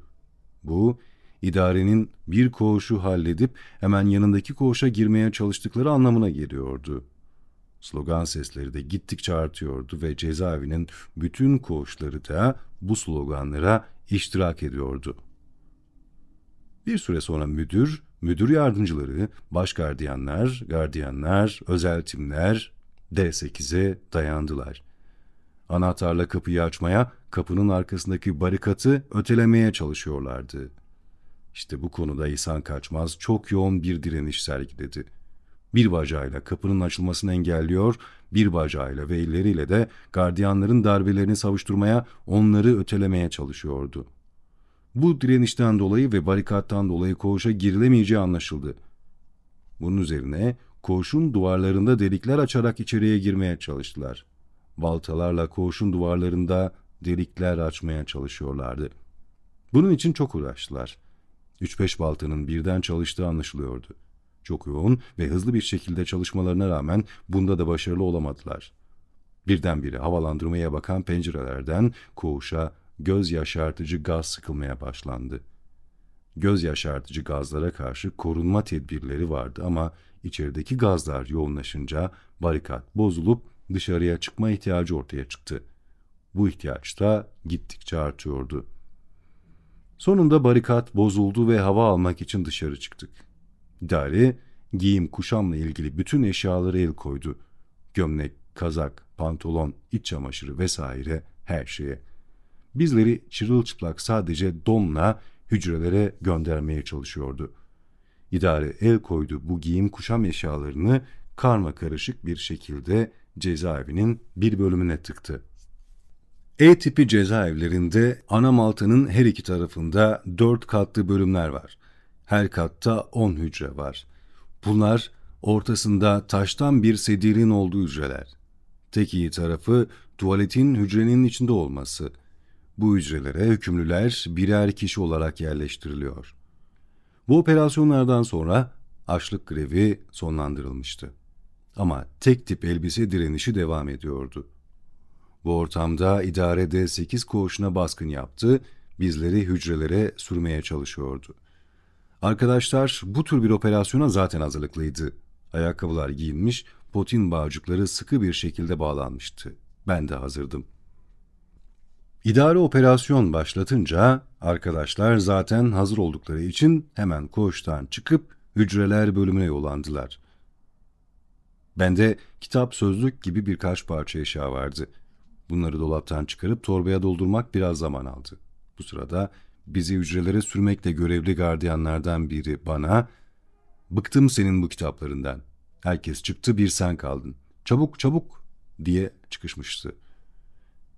Tek tip elbise direnişine katılan herkes hücrelere doldurulmuştu. Bütün hücreler doluydu. Ben 3. katta 6. veya 7. hücrede Coşkun Üsterci ve Musa Öztufan'la birlikte kalıyorum. Her hücrede 2'şer 3'er kişi vardı. Birer kişi konulan hücreler de vardı. 1983 yaz ayları böyle geçti. İdare, mektup, haberleşme yasağını, havalandırma yasağını, görüşme yasağını, hamam yasağını, günlük gazete, kitap dergi yasağını vesaire kararlı bir şekilde sürdürüyordu. Karavana 1. katta 1. hücrenin önüne bırakılıyordu. Yemeği nöbetçi arkadaşlar sırayla katlardaki arkadaşlara dağıtıyordu. Bir kere ben de nöbetçi olmuştum ve 1. kattan 4. kata kadar bütün hücrelere yemek dağıtmıştım. 4. katta dikkate değer bir olay da yaşamıştım. 4. katta 7. veya 8. hücrede yemek dağıtırken genç bir arkadaş, "İsmail ağabey, seni tanıyorum. Kitaplarının arka kapağındaki fotoğraflardan seni tanıdım," dedi ve kendini tanıttı. Mustafa Topal. Bandırmadan söz etti. "Senin İskilip'ten arkadaşın Cahit, babamın iş arkadaşı," dedi. Bandırmayı, Cahit'i, geçmişi hatırladım. Ayaküstü çok kısa bir sohbet olmuştu. Mustafa Topal'la tanışmam çok ilgi çekiciydi. Mustafa Topal'ın hücresinde demir parmaklıkların önünde bir gözlük de duruyordu. O gözlüğü de refleks olarak gözüme şöyle bir yaklaştırdım. Etrafa baktım, her şeyi daha açık ve net, aydınlık bir şekilde görüyorum. O zamana kadar gözlük kullanmıyordum. Bundan sonra kullanmam iyi olacak diye düşündüm. Gözlük kullanmam da 1985 yılında Antep Özel Tip Cezaevinde gerçekleşti. Direnişin devam ettiği günlerde cezaevinin her tarafında İbrahim Tatlıses'in müziği yankılanırdı. Yüksek perdeden bir ses. Koğuşlar bu sesle inim inim inlerdi. Bu, cezaevine sevk edilen yeni bir arkadaşın kapı altında işkenceye alındığı anlamına geliyordu. İbrahim Tatlıses'in müziği işkence seslerinin bastırılması için kullanılıyordu. Bu aslında kapı altında yeni bir işkencenin başladığını anlatıyordu. İdare bu şekilde tutuklulara, mahkumlara gözdağı vermiş oluyordu. Sanatın, sanatçının bir işkence sürecinde kullanılması ise etik bakımdan şüphesiz gayri insani, ahlaki olmayan bir durumdu.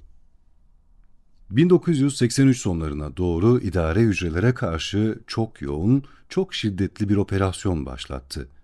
Operasyonun amacı kısa zamanda anlaşıldı.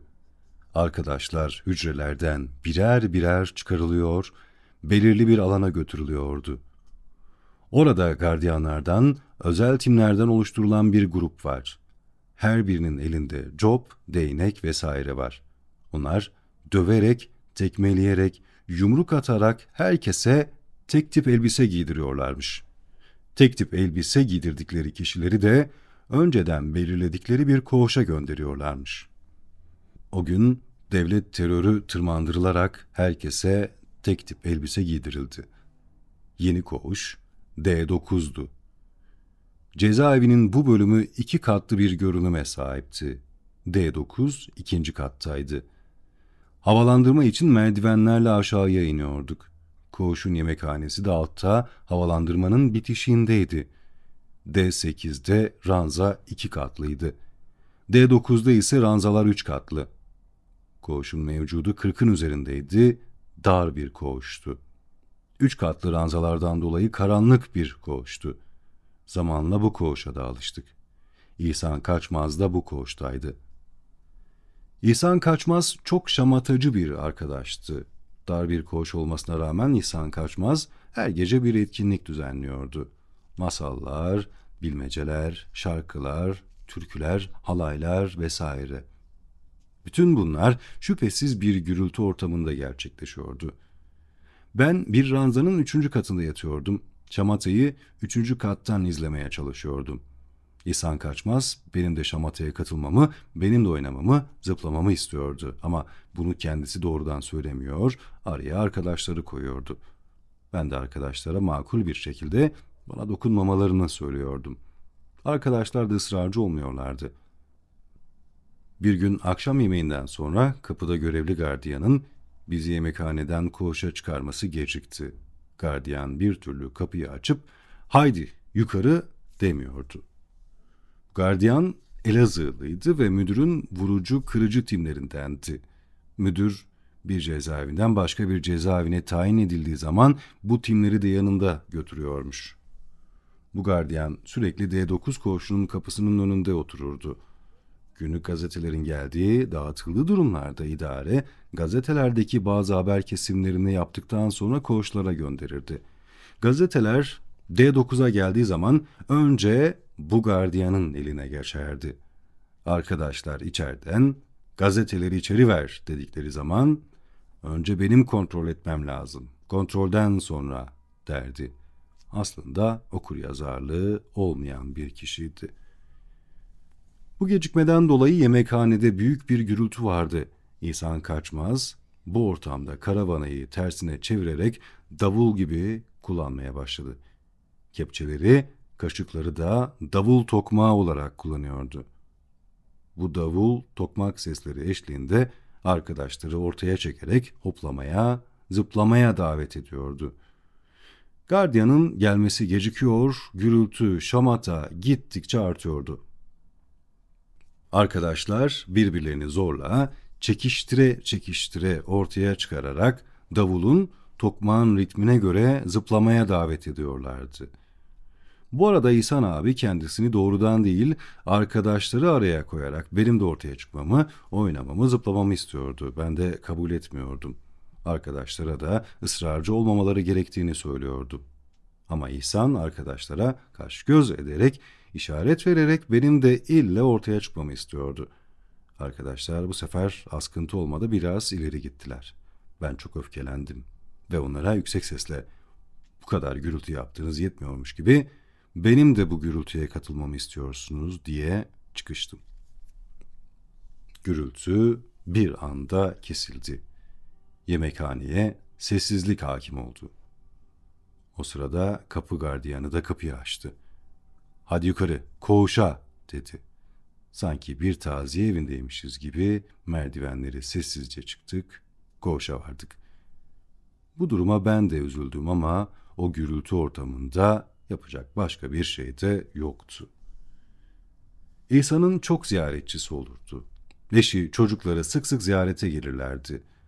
Havalandırmada volta atarken ziyarette konuşulanları da bana anlatırdı. Havalandırmada sık sık birlikte volta atardık. Bir defasında bana şöyle demişti: "Dün bizimkiler geldi. Bizim kıza görücü gelenler varmış. Birkaç görücü ailenin adını da verdiler bana. Bu kızı kime verelim diye sordular. Ben de münasip birine verin dedim. İyi demiş miyim İsmail ağabey? Ben iyi demişsin. Kızı münasip biriyle evlendirsinler dedim. İhsan'ın okuma yazma serüveni. Başka bir gün havalandırmada birlikte volta atarken İhsan abi bana çok şaşırtıcı bir şey söyledi. İsmail abi, ben okuma yazma bilmiyorum. Bana öğretsene. Ama bu durum aramızda gizli kalsın. Kimse bilmesin. Bu beni çok şaşırttı. Halbuki çok yakın bir geçmişte müdürle, müdür yardımcılarıyla, gardiyanlarla çok güzel konuşurdu. Anayasanın falan maddesi, infaz yasası, infaz yönetmeliğinin falanca bölümü vesaire diyerek konuşurdu. Bu ilişkilerde hemen gözümün önünden akıp gitti. Bunun şaka olduğunu sandım. Sohbet sırasında bunun gerçek olduğu anlaşıldı. Arkadaşlar yardımcı olur ama böyle gizli kapaklı olmaz. Her ilişki açık olmalı. Böyle olursa daha kolay olur demiştim.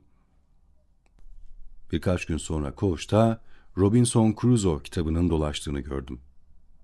Daniel Defoe'nun bu romanı aslında 700 sayfa civarında büyük bir kitap. Benim koğuşta gördüğüm 70-80 sayfa civarında resimli bir çocuk kitabı. Kapağı ilk 3-4 sayfası yırtılmış, sayfaları kıvrık, yıpranmış bir kitap. Bu kitabı bazen televizyonun önünde, bazen bir masanın, bir sandalyenin üzerinde, bazen de tuvaletteki bir kalorifer peteğinin üzerinde görürdüm. Bu kitabın koğuşta neden dolaştığı, bir arkadaşın okuyup okumadığı dikkatimi çekmeye başladı. Bir gün kitabı İhsan abinin elinde gördüm. Beni görür görmez tam 13 sayfa okudum dedi. Hani bir arkadaş bir gecede 600 sayfalı kitabı devirdim diye konuşur ya, o havada söyledi 13 sayısını. Ama anlattıkları okuduklarından çok daha uzundu. Başladı Robinson Crusoe'u anlatmaya. Ama anlattıkları okuduklarından çok bu roman hakkında duydukları ile ilgiliydi. Kitaptan bir resmi göstererek İhsan abi şurayı okusana dedim. İhsan abinin çok iyi okuyamadığını fark ettim. Harfleri birbirine çatamıyordu. Şaşırtıcı olan durum da buydu. Beşikçi çok tutucu, Yaşar Kemal oku diyor. O günlerde yaptığımız bir sohbette İhsan, ben artık okumayı iyice ilerlettim. Kimi okuyayım İsmail abi demişti. Ben de Yaşar Kemal'i oku, Çukurova'yı, sizin oraları çok iyi anlatıyor demiştim. İhsan abi biraz kızmış, Yaşar Kemal kim ya? Ben elimi cebime soksam 10 tane Yaşar Kemal çıkarırım. Ben bizim oraları 10 kere daha iyi anlatırım demişti. Ben de ben artık sana şunu oku bunu oku diyemem demiştim. Birkaç gün sonraki sohbetimizde aramızda yine benzer bir konuşma soru cevap geçmişti. Yine ben artık okumayı ilerlettim. Kimi okuyayım İsmail abi dedi. Ben de yine Yaşar Kemal'i oku demiştim. İhsan abi yine kızmış. Yaşar Kemal kim oluyor? Elimi cebime soksam 10 Yaşar Kemal çıkarırım. Yine o günlerde İhsan abi bana 3. kez okumayı iyice ilerlettim. Kimi okuyayım İsmail abi demişti. Ben yine Yaşar Kemal'i oku demiştim. O yine kızmış. Birkaç gün önce söylediklerini tekrar etmişti. Yaşar Kemal kim ya? Ben elimi cebime koysam 10 tane Yaşar Kemal çıkarırım. Ben bizim oraları ondan 10 kat daha iyi anlatırım. O zaman senin hiçbir şey okuman gerekli değil. Cebindeki 10 Yaşar Kemal'den birini bile çıkarsan gerekli olan her şeyi zaten biliyor olursun demiştim. Bundan sonra İhsan abi beni koğuştaki devrimci komiteye şikayet etmiş. Beşikçi çok tutucu bir adam demiş. Ben ona kimi okuyayım diye soruyorum, o da bana Yaşar Kemal oku diyor. Bana Marx oku demiyor, Engels oku demiyor, Lenin oku, Stalin oku demiyor. İlle de Yaşar Kemal okuyacakmışım. Ben de Beşikçi'ye Yaşar Kemal kim oluyor ya? Elimi cebime koysam 10 tane Yaşar Kemal çıkarırım dedim. İyi demiş miyim abiler? Bu Beşikçi çok tutucu bir adam. Ben 40 yaşlarına geldim, İslam'ın hiç hayrını görmedim. Hristiyan olmak istiyorum. Bunun yolu nedir hakim bey? Tek tip elbise ve açlık grevi sırasında idare koğuşa girmek için baltalarla duvarları delmeye çalıştığında kilidin kırıldığından söz etmiştim. 1983 sonlarında bu eylemlerden dolayı cezaevindeki 81 kişi hakkında dava açılmıştı. Dava, devletin malına mülküne zarar vermekten, malı mülkü tahrip etmekten açılmıştı ve bütün bu eylemlerin siyasal sahiplerle yapıldığından söz ediliyordu. O zaman koğuşumuz da değişmiş, 120 kişilik çok büyük bir koğuşta kalıyorduk. D13. Siyasal suçlardan hükümlü bütün arkadaşların büyük bir bölümü bu koğuştaydı. Bu koğuşta da havalandırma için merdivenlerle aşağıya iniliyordu. Yemekhanede havalandırmanın bitişindeydi. Bu havalandırmaya da koğuşlar sırayla çıkıyordu. Her koğuşun bir havalandırma saati vardı. Yukarıda belirtilen eylemlerden dolayı 81 kişi hakkında Çanakkale Ağır Ceza Mahkemesi'nde dava açılmıştı. Bir sabah 3-4 arabayla bizi mahkemeye götürdüler. Ağır Ceza Mahkemesi salonu genişti. Salonun arka taraflarında arkadaşların yakınları da yerlerini almışlardı. Önce sırayla kimlik yoklaması yapıldı. Sıra İhsan Kaçmaz'a geldi. Yargıç, önündeki dosyadan falandan olma, filandan doğmadan sonra 1945 doğumlu İhsan Kaçmaz dedi. Ben çok şaşırdım. Zira İhsan Kaçmaz'ın benden daha büyük olduğunu düşünüyordum. Acaba 1935 yerine 1945 mi dedi? Dil sürçmesi mi oldu? Yargıç okuyor, ilgili kişi de okunanların doğru olduğunu söylüyordu. Yargıç bunları okuduktan sonra bir de İslam diye yazıyordu. Bunu sormadan yazıyordu. Yargıç bunu yazınca İhsan Kaçmaz elini kaldırdı ve "Ben 40 yaşlarına geldim. İslam'ın hiç hayrını görmedim. Ben Hristiyan olmak istiyorum. Bunun yolu nedir hakim bey?" dedi. Ama bunu Türklüğe, mahkemeye, hakimlere meydan okur bir havada söylemedi. Caddede, sokakta yol arayan birisi edasını da sordu. Bu laf üzerine salonda bir gülüşme oldu. Yargıçlar da gülümsediler. Bu gülüşmeden sonra duruşma yargıcı İhsan Kaçmaz'ın kimlik bilgilerini tekrar okudu. Doğumu için yine 1945 ibaresini kullandı. Duruşmadan sonra cezaevine giderken İhsan Kaçmaz'la birlikte kelepçeleneyim ve 1945'i sorayım diyordum. Öyle oldu. Aynı arabaya bindik ve birlikte kelepçelendik. Bu durumu sordum. Bana "Eşek kadar adamsın. Abi olan sensin. Sen benden tam 6 yaş büyüksün" dedi. İhsan Kaçmaz'ın bu tür hitaplarında gerek telaffuz şekli, gerek el kol hareketlerinden, dudaklarını, gözlerini kullanmasından hakaret, aşağılama gibi bir içerik olmadığı anlaşılırdı. Bu yönüyle biraz Musa Anter'e benzerdi. Musa abi de bazen çok küfürlü konuşurdu. O küfürlerin de hakaret, aşağılama gibi bir içeriği yoktu. İhsan Kaçmaz'ın bu sözünden sonra "Ben sana yine İhsan abi diyeceğim. Senin çocukların var, gelinlerin, damatların olacak, torunların olacak. Abi olan elbette sensin."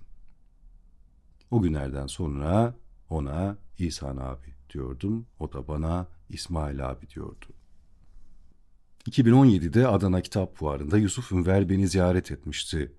Yusuf Ünver'le Çanakkale E-Tipi cezaevinde birlikte kalmıştık. İhsan Kaçmaz'ı çok yakından tanıyan bir arkadaştı. Yusuf Ünver 2017'de Yumurtalık Belediye Başkan Yardımcısıydı. Kitap fuarı döneminde biz de onu Yumurtalık'ta ziyaret etmiştik. Sohbetimiz sırasında İhsan Kaçmaz'ın vefat ettiğini söyledi. Yusuf Ünver, İhsan Kaçmaz'ın cezaevinden sonra Yumurtalık'ta büfe işletmeye başladığını ve vefat ettiğinde de büfeyi çalıştırdığını söyledi. Bir fotoğrafımız bile yok. Hayret, o zamanlar cezaevlerine fotoğraf makinesi girmiyordu, yasaktı. Kaynarca Cezaevi 12 Eylül'den sonra Sakarya cezaevinde bizi önce özel bir bölüme aldılar. Bu bölümde çok sıkı bir sayım vardı. Sayım sırasında durmadan şöyle durun, böyle durun şeklinde direktifler veriliyordu. Sayımlarda askerler de vardı. Havalandırmaya çıkamıyorduk ama çamaşırhane denen çok geniş bir mekanda vakit geçirebiliyorduk. Bu mekana bizden ayrı olarak Çorum'dan getirildikleri söylenen 6-9 işçi de girebiliyordu. Çamaşırhanenin pencerelerinin bir bölümü evlerin sebze, meyve bahçelerine bakıyordu. Burada çok büyük, kazanı çok büyük bir çamaşır makinesi vardı. Cezaevinde çarşaf, nevresim gibi yatak malzemeleri herhalde burada yıkanıyordu. Çamaşır makinesinin çalışmadığı söyleniyordu. Arkadaşlardan biri durmadan o kazanın içine girer, orada vakit geçirmeye çalışırdı. Bazen kazanın kapısını da kapatırdı. Arkadaş oraya girince çok endişe ederdim. Makinenin çalışmadığı söyleniyordu ama yanlış bir yere dokununca belki çalışmaya başlayabilirdi. Ama arkadaş bütün uyarılara rağmen oradan çıkmak istemezdi. Bizi Eylül 1980 ortalarında normal bir koğuşa aldılar. 30 kişilik bir koğuştu. Koğuş mevcudu kısa zamanda 30 kişiye ulaştı. Burada havalandırmaya da çıkabiliyorduk. 12 Eylül'le birlikte cezaevinde özel bir baskı başlamıştı. Avukat görüşmelerinde de bu baskı hissedilebiliyordu. Koğuşta Malatyalı, dev yolcu Mustafa Serçe adında bir arkadaşımız vardı. Toptaşı cezaevinden aynı dönemde getirilmiştik. Mustafa, Teslim Töre ile aynı köyden olduklarını, komşu olduklarını söylerdi. Köyleriyle Teslim Töre ile komşulukları konusunda hoş anıları da vardı. Mustafa Serçe'nin çok fedakar, vefakar bir kardeşi vardı. Sık sık ziyarete gelirdi. Ziyarete gelirken Yiyecek, içecek, giyim, kuşam da getirirdi. 12 Eylül'den sonra görüşlerde birçok kısıtlayıcı kurallar getirilmişti. Görüşlerde soyadı tutması koşulundan dolayı ben kendisiyle tanışamadım. Mustafa bu ziyaretlerde konuştuklarını da anlatırdı. Şubat 1981'e kadar Sakarya cezaevinde kaldım. Şubat'ın başlarında bir akşam çok kalabalık bir sevk listesi okundu. Çeşitli cezaevlerine sevk yapılacaktı. Listede benim de adım vardı. Sakarya'nın Kaynarca ilçesi cezaevine sevk edilecektim. Sabahleyin kapı altında çok büyük bir kalabalık var. Herkesi aynı araca bindirdiler. Kamyon gibi bir araçtı, üstü kapalıydı. Eşyalar da aynı kamyona konuldu. Mahkumlar farklı cezaevlerine dağıtılacaklardı. Beni ve birkaç kişiyi Kaynarca'da bıraktılar. Kaynarca cezaevi küçük bir cezaevi. 4 koğuşu var. Küçük koğuşlarda 4'er kişi, büyük olanlarda 12'şer kişi kalıyor. Ama koğuşlarda kalanların sayısı bu kapasitenin çok çok üzerinde. Örneğin benim kaldığım koğuşta 12'den fazla hükümlü kalıyordu. Orada gardiyanlar zaman zaman mahkumları dışarı çıkarırlardı. Mahkumlar çevre düzenlemesine yardımcı olurlardı. Yeni yapılmış bir cezaeviydi. Kaynarca'nın biraz dışında, yolun kıyısında yer alıyordu. Bir gün gardiyanlardan biri cezaevinde bayrak direğinde dalgalanan, yırtılmış, iplenmiş bayrağı göstererek "Sen bu bayrağı yenilersen iyi olur. Bayrağı yenilersen yönetim senin hakkında olumlu düşüncelere sahip olur" demişti. Bu tür ihtiyaçların mahkumlarla karşılanmasının doğru olmadığını, cezaevi bütçesinde, muhasebede bu tür ihtiyaçları karşılayacak bölümler olması gerektiğini söylemiştim. Ondan sonra bu gardiyanın bana karşı tutumu olumsuz gelişti. Örneğin güvenlik aramalarında eşyalarımı iyice karıştırıyor, dağıtıyordu. Cezaevindeki diğer bir gardiyan çok makul bir kişiydi. Bana karşı olumlu bir tutumu da vardı. Gardiyanlar kitaplar yazdığımı, Kürtler konusuyla ilgilendiğimi biliyorlardı. Bir defasında aramaya savcı da gelmişti. Kitapları, dosyaları kurcalamış, yazılara bakmıştı. Dosyaları kurcalarken bir fotoğraf savcının dikkatini çekmişti. Bir Kürt köyünü, çocukları gösteren bir fotoğraftı. Yılbaşında veya dini bayramlarda gönderilmiş olabilir. Fotoğraf, köyün, çocukların ailelerinin yoksulluğunu çarpıcı bir şekilde gösteriyordu. Savcı bu fotoğrafı görünce, "Neden bunları saklıyorsun? Neşeli fotoğraflar saklasana" demişti. Kaynarca cezaevinden 12 Nisan 1981'de çıktım. Savcı çıkış kağıdını imzalarken, "Bu işlerle uğraşma, başına dert açma" demişti. Kaynarca cezaevinden çıktığıma dair imzalı bir kağıt da vermişti. Çıkışta dostumuz Yılmaz Öztürk ve Ergün Tander kapıdaydı. Birkaç arkadaş daha vardı. O sırada İstanbul'da Recep Maraşlı ve öbür arkadaşları 1979-1980'de Polder Başkanı Kadir Boztimur'u da görmüştüm. O günlerde arkadaşlar beni Avrupa'ya göndermek için çok çaba gösterdiler. Ben bunu kabul etmedim. Arkadaşlar, "Seni burada koruyamayız" diyorlardı. Hayat akışının normal süreceğini, özel bir korumaya gerek olmadığını söylemeye çalışmıştım. Aynı dönemde Taci Serbelgi'yi, Murat Belge'yi, Ömer Laçiner'i, Ümit Kıvancı da görmüştüm. Murat Belge, evlerinde babası Burhan Belge'den kalan bir kitabı bana göstermişti. Türk tarihinin ana hatları. Bu kitap 1930'larda sadece 100 adet basılmış. Çok az kişiye dağıtılmış. Siyah ciltli, 400 sayfayı aşkın bir kitaptı. Burhan Belge, 1930'larda yayımlanan Kadro dergisinin 5 yazarından biriydi. Bu kitabın içeriğini biliyordum ama sadece 100 adet basılan bir kitabın bir nüshasını görmek bile insana heyecan veriyordu. O dönemde Murat Belge'nin çocuklarıyla bahçede futbol oynadığını görmüştüm. Çocuklar futbol oynarken babalarına Murat diyordu. "Kaleye sen geç Murat." Yılmaz Öztürk'ün kızı Elif de babasına her zaman Yılmaz diye hitap ederdi. Bu İstanbul ziyaretimde 1-2 gece Ali Bucak'ta kalmıştım. Moda'da bir apartmanın bodrum katında oturuyordu. Dairenin bahçeye açılan bir kapısı da vardı. Işıklı bir daireydi. Evde zengin bir kütüphane de vardı. Ankara Emniyetinden Sakarya Kışlası'na. 12 Nisan 1981'de Kaynarca cezaevinden tahliye edilmiştim. 19 Haziran 1981'de eve bir baskın oldu. Bazı kitaplara, dergilere, yazılara el konuldu. Gözaltına alınıp emniyete götürüldüm. Ankara Emniyeti 7. kat. Neden gözaltına alındığımı elbette merak ediyordum. Ama bunu polislere sorma gereğini duymadım. 19 Haziran tarihi benim için önemli bir tarih. 19 Haziran 1971'de, yani tam 10 yıl önce Siyasal Bilgiler Fakültesinde gözaltına alınıp buraya getirilmiştim. Mehmet Ali Ağcan'ın Roma'da Papa'ya suikast yaptığı günlerdi. O günlerde Abdi İpekçi cinayeti, Papa suikastı çok konuşulan konulardı.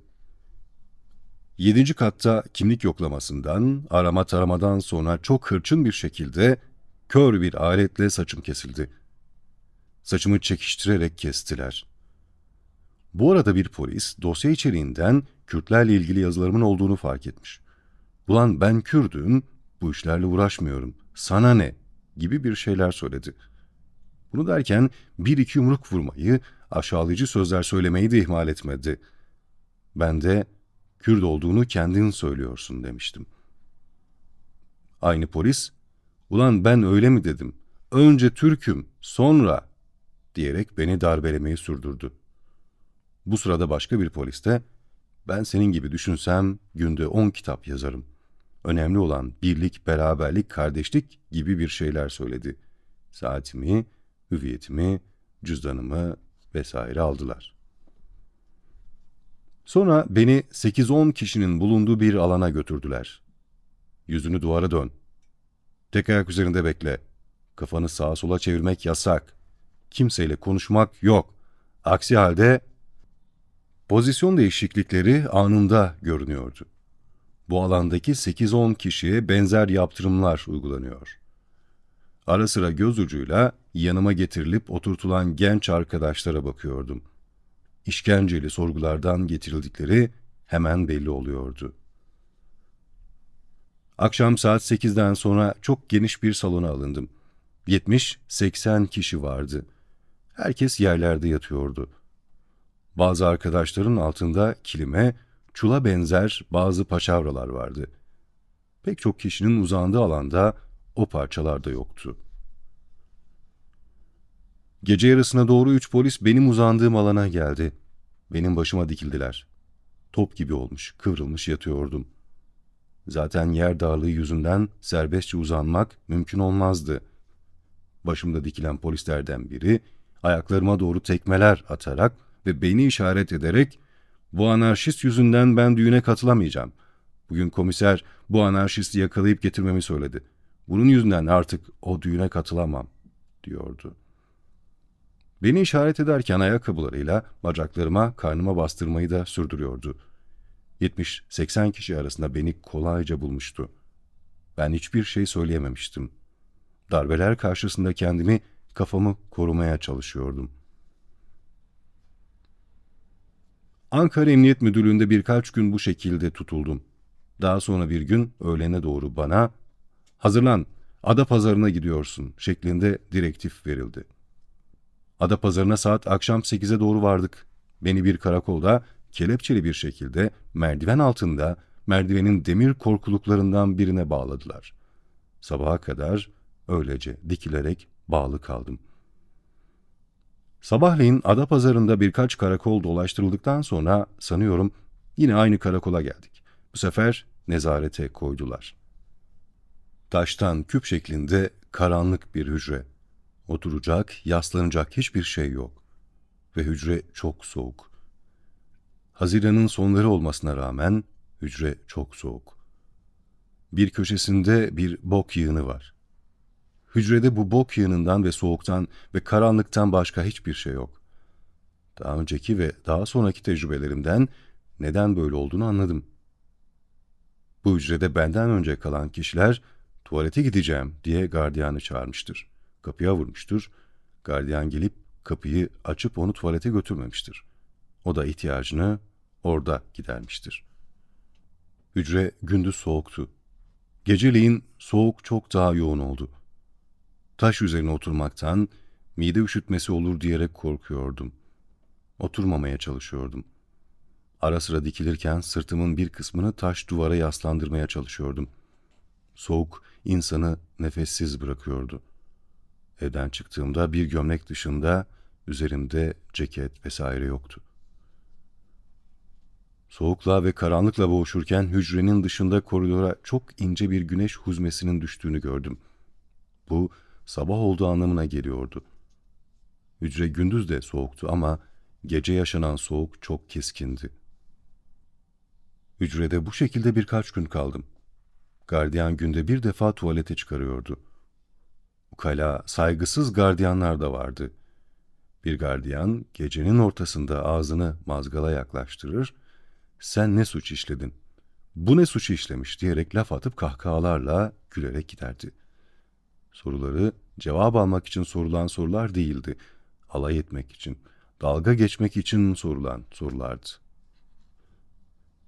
Akşam olacak, gece olacak diye çok korkardım.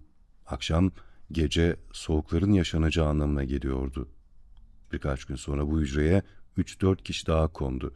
Bunlar Adapazarı ve çevresinde faaliyet yürüten TKP üyeleriydi. Onlar sanıyorum başka bir karakoldan getirilmişlerdi. Yanlarında tomar tomar gazete vardı. Bu arkadaşlar gelince birkaç gazeteyi üst üste koyarak üzerine oturdum. Birkaç gazeteyi de omuzlarımdan kalçalarıma doğru salarak duvara yaslandım. Büyük bir rahatlık hissettim. Gazetelerin soğuğa karşı koruyucu bir özelliği vardı. Bu arkadaşlar burada fazla tutulmadılar. Bir gün sonra sanıyorum sıkı yönetim tutuk evine götürüldüler. O gün sabahleyin ben de emniyete sorguya götürüldüm. Sorgu için çıkarıldığım alan bir apartmanın en üst katıydı. Oturtulduğum yerin 2-3 metre ötesinde duvar vardı ama duvar yıkıktı. Benim oturtulduğum alanın sağında, solunda başkaları da oturtulmuştu. Karşı apartmanın pencereleri gözüküyordu. Bu duvar neden yıkık diye düşünürken kulağıma sesler gelmeye başladı. Benden başka sorguya alınanların da olduğunu fark ettim. "Konuş lan puşt! Eğer konuşmazsan seni aşağıya atarım." Sesleri gittikçe yükseliyordu. Bu tehdit orada sorgulanan kişilerden birine yapılıyordu. Duvarın neden yıkılmış olduğunu hemen kavradım. Sık sık sorguya alınanları aşağıya atmakla tehdit ediyorlardı. Sonra beni aynı katta bir odaya aldılar. Sorgu yapan komiser, "Bu mektubu sen mi yazdın?" diyerek dosyadan çıkardığı bir mektubu gösterdi. "Bu mektup benim. Ağustos 1980'de Toptaşı cezaevindeyken İsviçre Yazarlar Sendikası'na gönderdiğim mektuptu. Kürt dilini, Kürtçenin yasaklandığını, yazarların bu tür yasaklara karşı çıkmalarının gerektiğini vurgulayan bir mektup. Bu mektubun benim tarafından yazıldığını söyledim. Mektup 12 Eylül rejiminde Sakarya cezaevinde yapılan bir güvenlik aramasında ele geçmiş. O aramada başka yazılara, kağıtlara da el konulmuştu. O sırada ben Kaynarca cezaevindeydim. Sakarya cezaevinden Kaynarca cezaevine sevk edildiğim sırada çok kalabalık bir grubun da sevk edildiğini anladım. Kapı altında çok büyük bir kalabalık vardı. Bu kalabalıkta bazı eşyaların yanımda taşınamayacağını anladım. Onları koğuştaki arkadaşlara bıraktım. Kaynarca cezaevinden tahliye olduktan sonra onları gelir alırım diye düşünüyordum. Aramada ele geçen mektup ve dosya budur. Bu kabulden sonra Kürtler, Kürtçe konusu üzerinde biraz konuştuk. Bu konuşmanın kendisi bile ilgi çekici. Aynı düşüncede olmadığımız çok açıktı. Ama buradan neden bir ceza çıkıyor? Egemen olanla, muktedir olanla aynı düşüncede olmadığınız zaman cezai bir durum ortaya çıkıyor. Düşün davalarının özü bu olsa gerektir. Aynı sürecin savcılıkta ve mahkemede yaşandığı çok açık. Emniyetteki bu sorgudan sonra beni tekrar karakola götürdüler. Nezarete koydular. Bir gün bir gece daha nezarette kaldım. Ertesi sabah tekrar emniyete götürüldüm. Ankara'dan bir uzman gönderilmiş. Bugünkü sorguyu o yapıyor. Dünkü sorguda İskilip'te var olan bir mevkiden ve orada yaşanan olaylardan söz etmiştim. İskilip'in çok yakın bir kırsalında Gavur Deresi denen bir mevki vardı. Yaz kış suyu olmayan, kuru, taşlarla dolu bir dere. Çocukluğumuzda o derede gavurların kesildiği, o alanlara gitmememiz gerektiği söylenirdi. Eğer giderseniz sizi de keserler diye korkuturlardı. Koçkayası'nın Kaya Ardı denilen bir bölgesi vardı. Buraya Maşatlık deniyordu. Burası gavurların mezar alanıymış. İskilip mezarlığının bitişiğinde yer alıyordu. Biz çocuklara oralara da gitmememiz gerektiği tembih edilirdi. Ankara'dan sorgu için gelen uzman polis, Birinci Dünya Savaşı sırasında İskilip'te bu tür olayların yaşanmadığını, bunların halkın uydurması olduğunu söyledi. Bu uydurma düşünceleri dile getirmenin yanlış olduğunu, yanılgı yarattığını anlattı. Buradan kalkarak Kürtler konusunda dile getirdiğim düşüncelerin de yanılgı olabileceğini vurguladı. Bu konular üzerinde uzman polisle biraz konuştuk ama bu konuların anlatımları, konuşmaların çoğu sorgu tutanağında yer almadı. O yıllarda İskilip'te Gavur Deresi denilen mevki iskanı açıldı. O mahalleye Gül Deresi adı verildi. Sorgudan sonra beni tekrar karakola götürdüler, nezarete koydular. Ertesi sabahta 2-3 polis eşliğinde Sakarya kışlasına götürüldüm. Yolda polislerden biri, "Koskoca adamsın, utanmıyor musun? Etrafı, duvarları kirletiyorsun," şeklinde konuşmaya ve bağırmaya başladı. Arabada herhalde Sakarya kışlasına götürülen benden başka biri var diye düşündüm. O kişi neden fark edemedim diye düşünürken, aynı polis omuzlarıma vurarak, "Sana söylüyorum, hiç aldırış ettiğin yok," diye küfürler etmeye başladı. Ortalığı, duvarları kirletmek ne demek demeye çalıştım. Aynı polis, "İşte dosyada kırmızı kalemle yazı yazıyor, daha ne olsun? Bir elinde boya bakracı, bir elinde fırça, caddeleri, sokakları dolaş, bir de sokakları, duvarları kirletmek ne demek de." Ben yazının duvar yazısı değil kitap yazısı olduğunu belirtmeye çalıştım. Aynı polis, "Kitap ne demek lan? İşte burada, işte dosyanın burasında yazı yazıyor," dedi. Yazının kitap olduğunu, kitap yazdığımı, o kitaptan dolayı soruşturma açıldığını söyledim. Polislerden öbürü bu sefer beni küçümser bir ses tonuyla, "Sen mi kitap yazdın?" dedi. "Evet," dedim. "Yani sen," diye üsteledi. "Evet, ben kitap yazdım," dedim. Bu sefer bir diğeri, "Yani senin eline bir kitap verdiler, bunu deftere çekme dediler. Kitap yazdım dediğin bu mu?" Polisler kitap yazdığıma bir türlü kanaat getiremediler. Sakarya kışlasına kadar böyle geldik. Polisler kışlada, kalemde beni bir astsubaya teslim ettiler. Teslim ederken de, "Bununki yazıymış," dediler. Astsubay, "Yazıysa 3-4 gün sonra çıkar," dedi. Polisler, "Öyle değil, bu adam kitap yazdım diyor," dediler.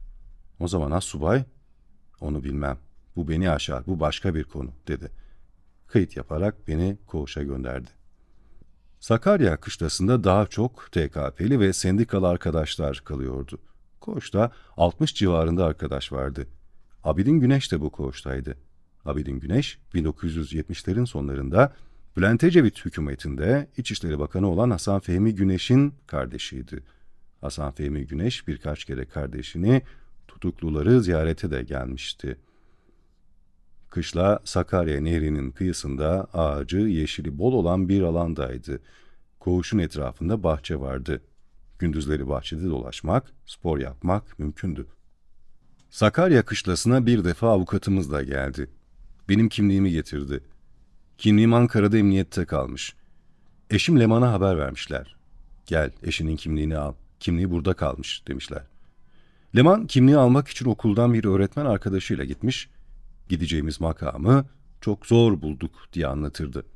Kimliğimi almış, avukata vermiş. Avukat da Sakarya kışlasına getirmişti. Aslında Ankara Emniyetinden Sakarya'ya gönderilirken hüviyetimin bana verilmesi veya dosya içine konulması gerekiyordu.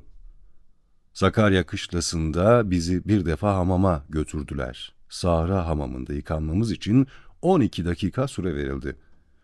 12 dakika sonra hamamı terk etmek zorundasınız. Bir kurnanın etrafında 4-5 kişi oturmuştuk.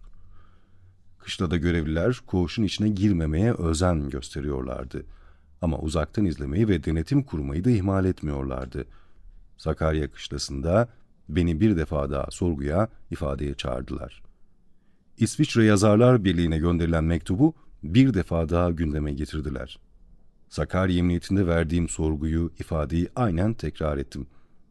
Bu zabıt varakasında dile getirilen düşüncelerin doğru olduğunu söyledim. Burada 2 ay kadar kaldım. 1981 Temmuz-Ağustos ayları burada geçti. Ağustos'un sonlarına doğru bir sabah beni koğuştan aldılar ve bir arabaya bindirdiler. Sıkı yönetim tutuk evine götürüldüğümü sanıyordum. Ama öyle olmadı. Başka bir askeri kışlaya götürdüler. Götürüldüğüm yer, sanıyorum, bir piyade alayıydı. Burada beni bir koğuşa koydular. Ben koğuşa konulduğumda koğuş kapısının hemen yanındaki bir masada deniz yüzbaşısı bir tutuklunun yemek yediğini gördüm. Yemeğini yemiş, erik hoşafı içiyordu. Onu öyle görünce benim de iştahım açıldı. Acaba bana da bir kaşık verir mi diye. Fakat deniz yüzbaşısı çok asık suratlı biriydi. Bana selam bile vermedi. Benimle göz göze gelmemeye çalışıyordu. Hoşafı çabuk çabuk kaşıklayıp koğuştan ayrılmaya çalışıyordu. Koğuşa konulduğumda onun koğuştan ayrılmasını alay komutanı mı istemişti yoksa kendisi mi istedi anlayamadım. Elbisesini, torbasını alıp hızlı bir şekilde koğuştan çıktı. Daha doğrusu çıkarıldı. Bu koğuşa bitişik olan başka bir koğuşa konuldu sanırım. Burası 2 katlı ranzaları olan büyük bir koğuştu. Benden önce orada çok kalanlar olduğunu fark ettim. Yataklar darmadağındı. Bu koğuşta yalnız 2 gece geçirdim. İlk gecenin sabahında yüzbaşı rütbesindeki nöbetçi bir subay koğuşları denetliyordu, sayım yapıyordu. Benim kaldığım koğuşa da geldi. Kapının parmaklıklarına kadar geldi. Bana ne zaman geldiğimi, suçumun ne olduğunu, ne iş yaptığımı vesaire sordu. Mektup, yazarlık dedim. Kitapların ismini sorunca, Kürtlerin Mecburi İskanı, Türk Tarih Tezi vesaire dedim. Nöbetçi yüzbaşı, sen deli misin, divane misin diyerek kapıdan ayrıldı. Deli misin, divane misin sözlerini homurdanarak kapıdan uzaklaşıyordu. Ertesi sabah koğuşun önünde nöbet tutan çok genç bir askerle tanıştım. Asker, "İsmail abi, seni çok yakından tanıyorum. Kitaplarını biliyorum. Ben Siverekliyim," dedi. "Seni bugün Gölce'ye tutuk evine gönderecekler. Nöbetçi subay ve adli subay konuşurken duydum," dedi. Burada günde bir defa tuvalete çıkarıyorlardı. Tuvalet koğuşun hemen bitişiğindeki bir yerdeydi. Burada suyu bol, gürül gürül akan bir çeşme de vardı. Bu olayda bitişik koğuşlarda gözaltında olanlar, tutuklu olanlar var mıydı bilmiyorum.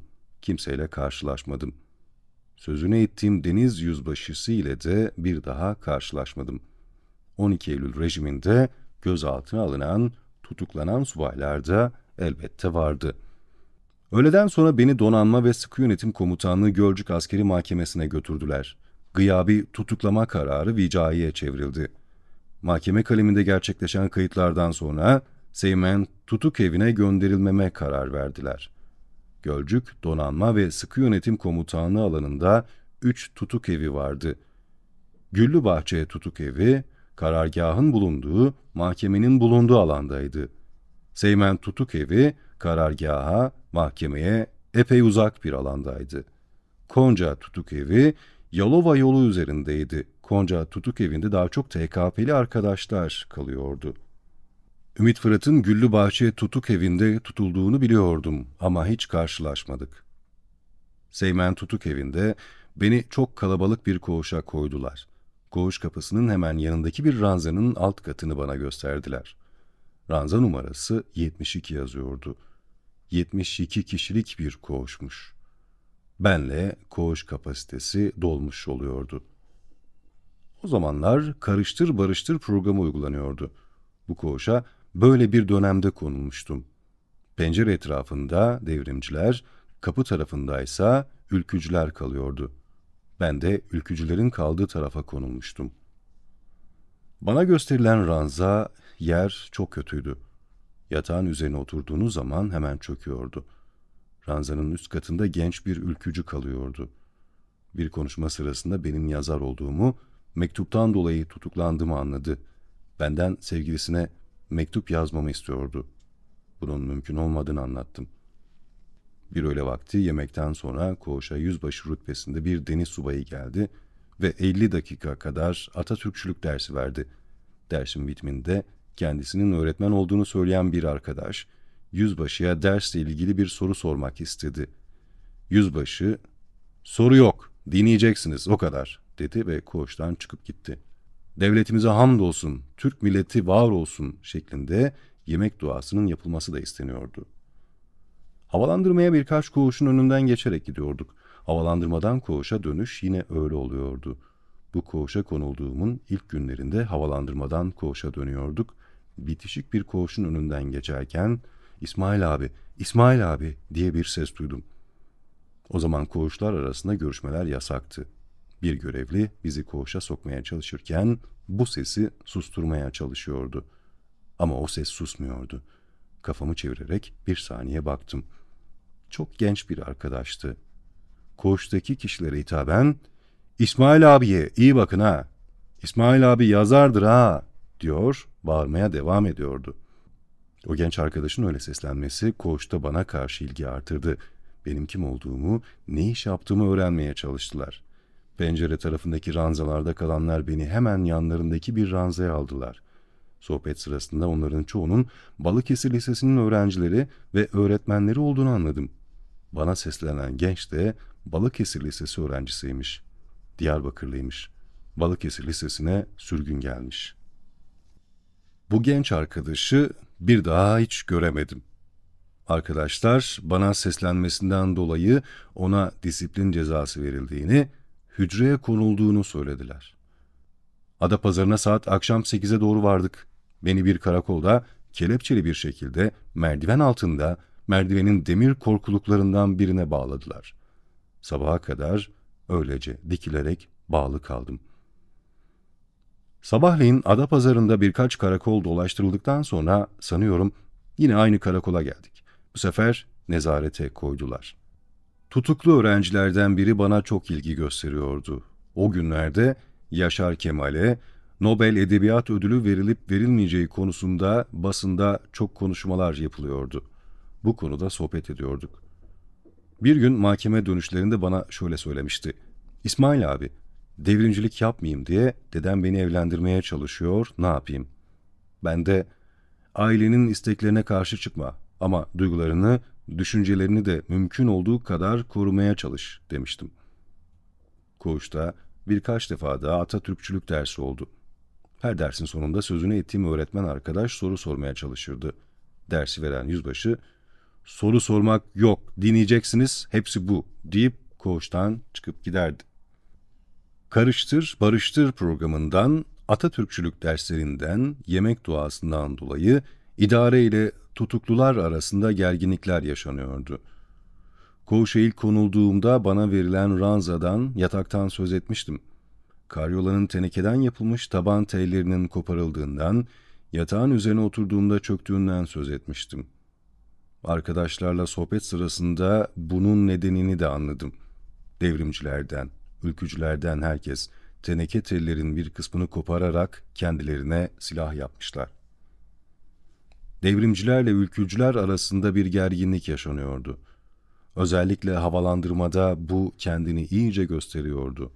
Ama fiili bir kavga yaşanmadı. Bu gerginliklerden dolayı Eylül başlarında koğuşlar ayrılmıştı. Devrimciler yukarıdaki koğuşlara çıkarılmıştı. Girişteki koğuşlarda ülkücüler kalmıştı. Atatürkçülük dersleri de sonlanmıştı. Bu arada yemek duası da sonlanmıştı. Zeymen Tutuk evinde giriş katının üzerinde koğuşlarda devrimciler kalıyordu. Bu koğuşlarda da ranzalar vardı. Ben bir ranzanın 2. katında kalıyordum. Pencereden dağlar, köyler, otlaklarda otlayan koyunlar çok açık bir şekilde görülüyordu. 1981 sonlarına kadar koğuşlara günlük gazete, kitap, dergi girmesinde bir sorun yoktu. Seymen Tutukevi komutanı binbaşı çok makul bir subaydı. Günlük gazete, kitap, dergi konusunda hiçbir sıkıntı yaşanmıyordu. 1982 başlarında komutan değişti. Saç, sakal, bıyık kesme emirleri sonunda çok büyük olaylar yaşandı. 1981 Eylül ayı ortalarında beni ifade için askeri savcılığa götürdüler. İsviçre Yazarlar Sendikası'na gönderilen mektup. Askeri savcı, Kürtler, Kürt konusuyla ilgili olarak benimle konuştu. Bu bir sohbet olarak değerlendirilebilir ama bu konuşmaların çok büyük bir kısmı ifade zaptında yer almadı. Gölcük Askeri Mahkemesi ve rüşvete suçüstü. 1981-1982'de Donanma ve Sıkı Yönetim Komutanlığı Gölcük Askeri Mahkemesi'nde başkan bir hava albayıydı. Duruşma hakimi sivildi. 3. yargıç Deniz Yüzbaşı rütbesinde bir askerdi. Deniz Yüzbaşı rütbesinde bir askeri yargıç daha vardı. Bu son yargıç, hüküm duruşması hariç bütün duruşmalara 3. yargıç olarak atanmıştı. Duruşmaların hepsi 4 celse sürdü. Hüküm duruşmasına ise 3. yargıç olarak öbür Deniz Hakim Yüzbaşı katıldı. Bu kitabın başka bir bölümünde bir soygun sonrası 14 milyon TL'nin kamulaştırıldığından söz edilmişti. Bu eylemi gerçekleştirenlerin bir kısmı daha sonra yakalanmış. Onlar da Donanma ve Sıkı Yönetim Komutanlığı Gölcük Askeri Mahkemesi'nde yargılanıyor. Onları yargılayan heyetle benim dosyamı gören heyet aynı. Aynı mahkeme, aynı yargıçlar, aynı savcılar. Yukarıda sözünü ettiğim Deniz Hakim Yüzbaşılardan ikisi, dosya içeriğinden tutuklu gençlerde para olduğunu fark ederek bu gençlerin aileleriyle ilişki kurmuşlar. Cezada belirli bir indirim sağlamak koşuluyla rüşvet pazarlığına girişmişler. Kahvehanelerde, kafelerde, benzin istasyonlarında, marketlerde vesaire sık sık bir araya gelerek pazarlığı büyütmüşler. Benimle ilgili hüküm 23 Mart 1982 tarihli duruşmada verilmişti. 10 yıl ağır hapis, 5 yıl sürgün. O gün duruşmada avukat Serhat Bucak vardı. Savunmam da o gün yapılmış.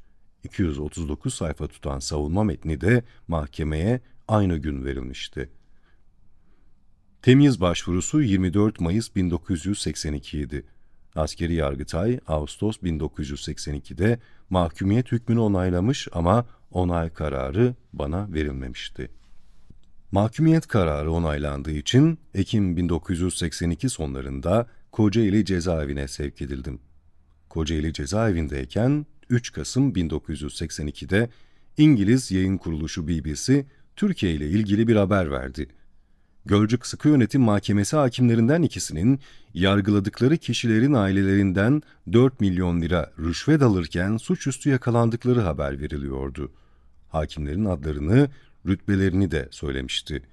Bu yargıçların ikisi de İsmail Beşikçi'yi yargılayan heyette yer almıştı.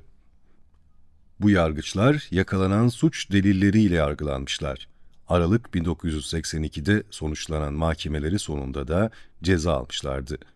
Bu süreç, Zihnimizdeki Karakolların Yıkılması adlı kitapta etraflıca anlatılmıştır. Rüşvet olayında hükmün kesinlik kazanmasından sonra tekrar askeri yargıtaya başvurarak kararın düzeltilmesini istedim. 17 Ocak 1983 tarihli dilekçem Çanakkale E-tipi cezaevinden gönderilmişti. Bu dilekçede kısaca, yüz kızartıcı suç işlemiş yargıçların verdiği kararlar geçerli olmamalıdır, dava yeniden görülmelidir demiştim. Yargıtay bu talebi kısa zamanda reddetmişti.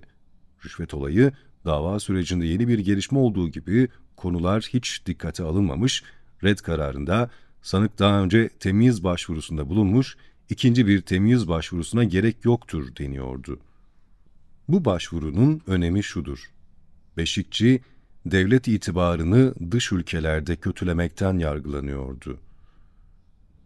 Türkiye'de Kürtler Kürtçe inkar ediliyor, asimilasyon politikası uygulanıyor demek, devletin itibarını düşüren bir olgu olarak değerlendiriliyor. Ama yüz kızartıcı suçlar işlemiş yargıçların verdiği mahkumiyet kararlarını hala geçerli saymak, devletin itibarını zedeleyen bir süreç olarak algılanmıyor. Bu tür konular yukarıda adını verdiğim kitapta etraflı bir şekilde belgeleriyle işlenmiştir. Antep Özel Tip Cezaevi 1982 Kasım'ında Musa Öztufan'la birlikte Çanakkale tipi cezaevine sevk edilmiştik.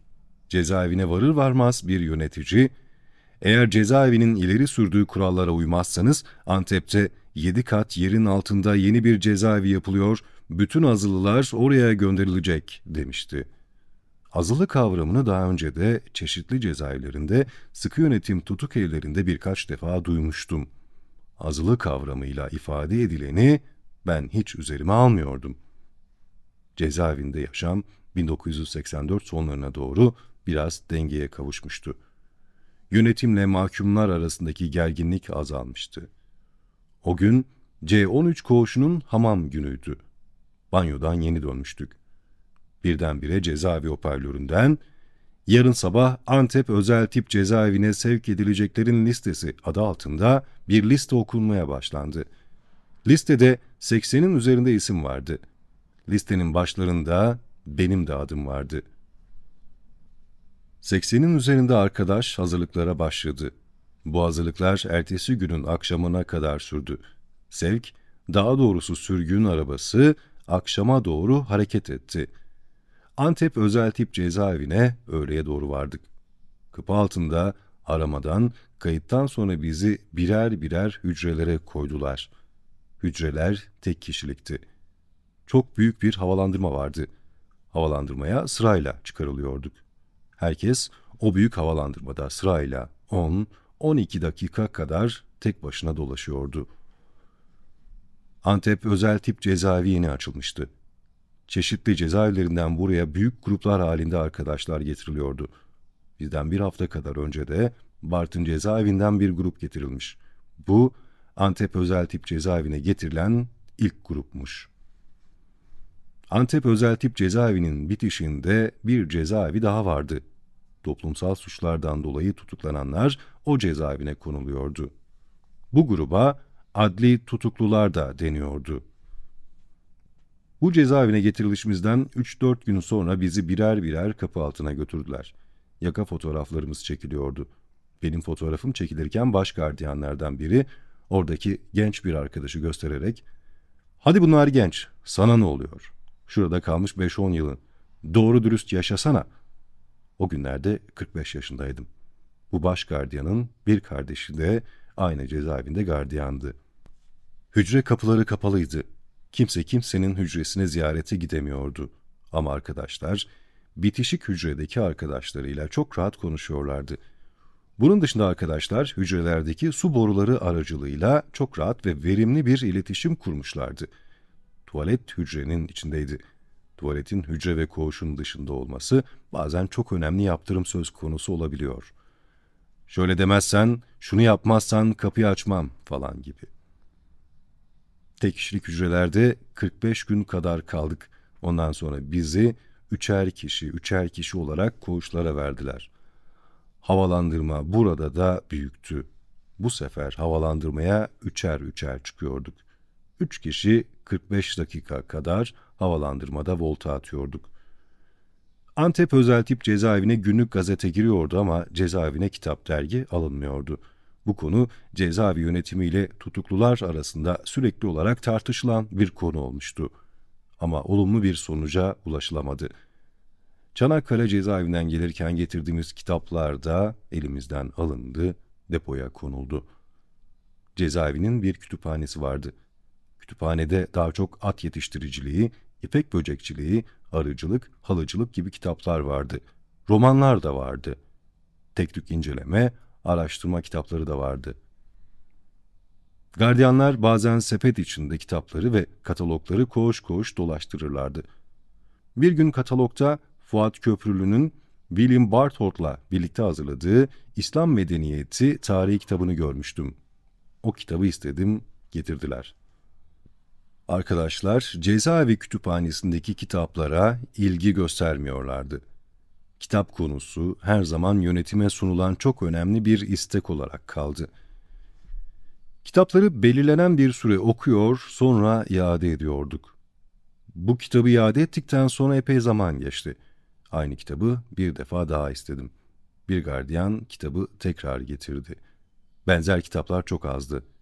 Kitabı kısa zamanda okuyup iade ettim. Bir gün 3 kişilik koğuşta 3 arkadaş havalandırmada dolaşıyorduk. Karlı, yağmurlu bir havaydı. Havalandırmanın bazı yerlerinde kar birikintileri de vardı. Birdenbire "İsmail abi, İsmail abi" diye bir ses duydum. Pencerelere baktık. Bana bağıranlar şüphesiz bizi görüyorlar ama biz onları göremiyoruz. Arkadaş kendisini Ertuğrul Kürkçü olarak tanıtmıştı. "Akşam Malatya'dan getirildik. Şimdi tek kişilik hücrelerdeyiz" demişti. O dönem havalandırmada başka koğuşlarla konuşmak, pencerelere bakmak yasaktı. O gün hemen birkaç gardiyan gelip "kuralları ihlal ettiniz" diyerek havalandırma süremiz dolmadan bizi oradan alıp koğuşa sokmuştu. 3 kişilik koğuşların bulunduğu bölüm 2 kattı. Üstümüzde, bitişiğimizde, karşımızda koğuşlar vardı. Karşılıklı koğuşları aradaki koridor ayırıyordu. Bu bölümde de arkadaşlar koğuşlardaki su borularından faydalanarak üst katta yer alan koğuşlarla çok rahat iletişim sağlayabiliyorlardı. Bitişikteki duvara tıklayarak da iletişim kurulabiliyordu. Koğuşlar havalandırmaya sırayla çıkarılıyordu. Bir gün bizi hamama götürdüler. Bölümün alt katındaki 8 koğuş. Toplam 24 kişi. Kurna etrafında toplanmak yok. Ayrı ayrı kabinler yapılmış. Herkes tek başına yıkanıyor. 15-20 dakikada yıkanıp çıkacaktık. Su çok kaynardı. Hemen bağırışmalar başladı. "Su çok kaynar. Soğuk suyu da açın." Bu bağırışmalardan sonra bu sefer de çok soğuk su gelmeye başladı. Yine bağırışmalar başladı. "Su çok soğuk. Sıcak suyu da açın." Sürenin yarısı böyle bağırışmalarla geçmişti. Musluklarda bir türlü normal bir yıkanma suyu akamamıştı. O gün doğru dürüst bir yıkanma gerçekleşemedi. İdare siyasal mahkumları ıslah etmek adına koğuşlara öğretmen de göndermek istiyordu ama öğretmenler hiçbir zaman kabul edilmedi. Zaten koğuşlara da alınmıyorlardı. Bazen kapıda mazgaldan sohbet edilirdi. Bir gün havalandırmada volta atarken bir öğretmen benimle dolaşmaya başladı. "Aramızda gizli kalması koşuluyla sana bir şey söyleyeceğim, bir şey göstereceğim" dedi ve bana bir tomar mektup gösterdi. Bunlar bana gelen ama verilmeyen mektuplardı. Öğretmen, "Sana Avrupa'dan çok mektup geliyor ama sana verilmiyor" dedi. Bu mektupları bana gösterdi. Çeşitli kurumlardan, devlet ve siyasetçilerden, sivil kişilerden, insan hakları kurumlarından gelen mektuplardı. Bazı mektuplarda Beşikçi hakkında Türk devlet ve siyaset adamlarına, yöneticilere gönderilen mektupların örnekleri de vardı. Öğretmen arkadaş, "Bu mektupları benden istememeni rica ediyorum. Görmen için gizlice getirdim. Aldığım yere koyacağım" dedi. Mektuplara şöyle bir baktıktan sonra öğretmen arkadaşa geri verdim. Bu tür mektuplar konusunda zaman zaman ziyaretçiler bir şeyler söylerlerdi. Fuat Köprülü'nün yukarıda sözünü ettiğim İslam Medeniyeti Tarihi kitabını bir defa daha istedim. Şifre mi yapıyorum endişesiyle bu defa vermediler. Halbuki cezaevinde kitabı benden başka isteyen kimse yoktu. Arkadaşlar zaten cezaevinin kitaplığına hiç ilgi göstermemişlerdi. 1985 yılı sonlarında cezaevi yönetimiyle gerginlik azaldı. Koğuşlar arası ziyaretler de başlamıştı. Açık görüşler de yapılabiliyordu. İsmail Özkan abiyle birlikte Leman, Ümran birkaç defa açık görüşe gelmişlerdi. Bir açık görüşe Doktor Minu İnkaya da gelmişti. Açık görüşlerin birinde 49'lardan Muhsin Şavata'yı da görmüştüm. Oğlu Baos Şavata'yı ziyarete gelmişti. Bu kitapta İhsan Kaçmaz'ı anlattığım yazıda Çanakkale E tipi cezaevi ve devletin malına, mülküne zarar vermekten dolayı açılan bir davanın görülmeye başlandığından söz etmiştim. O dosya Gaziantep'e de yollanmıştı. Bir gün bizleri Gaziantep Adliyesi'ne götürdüler. 80 kişi kadar vardık.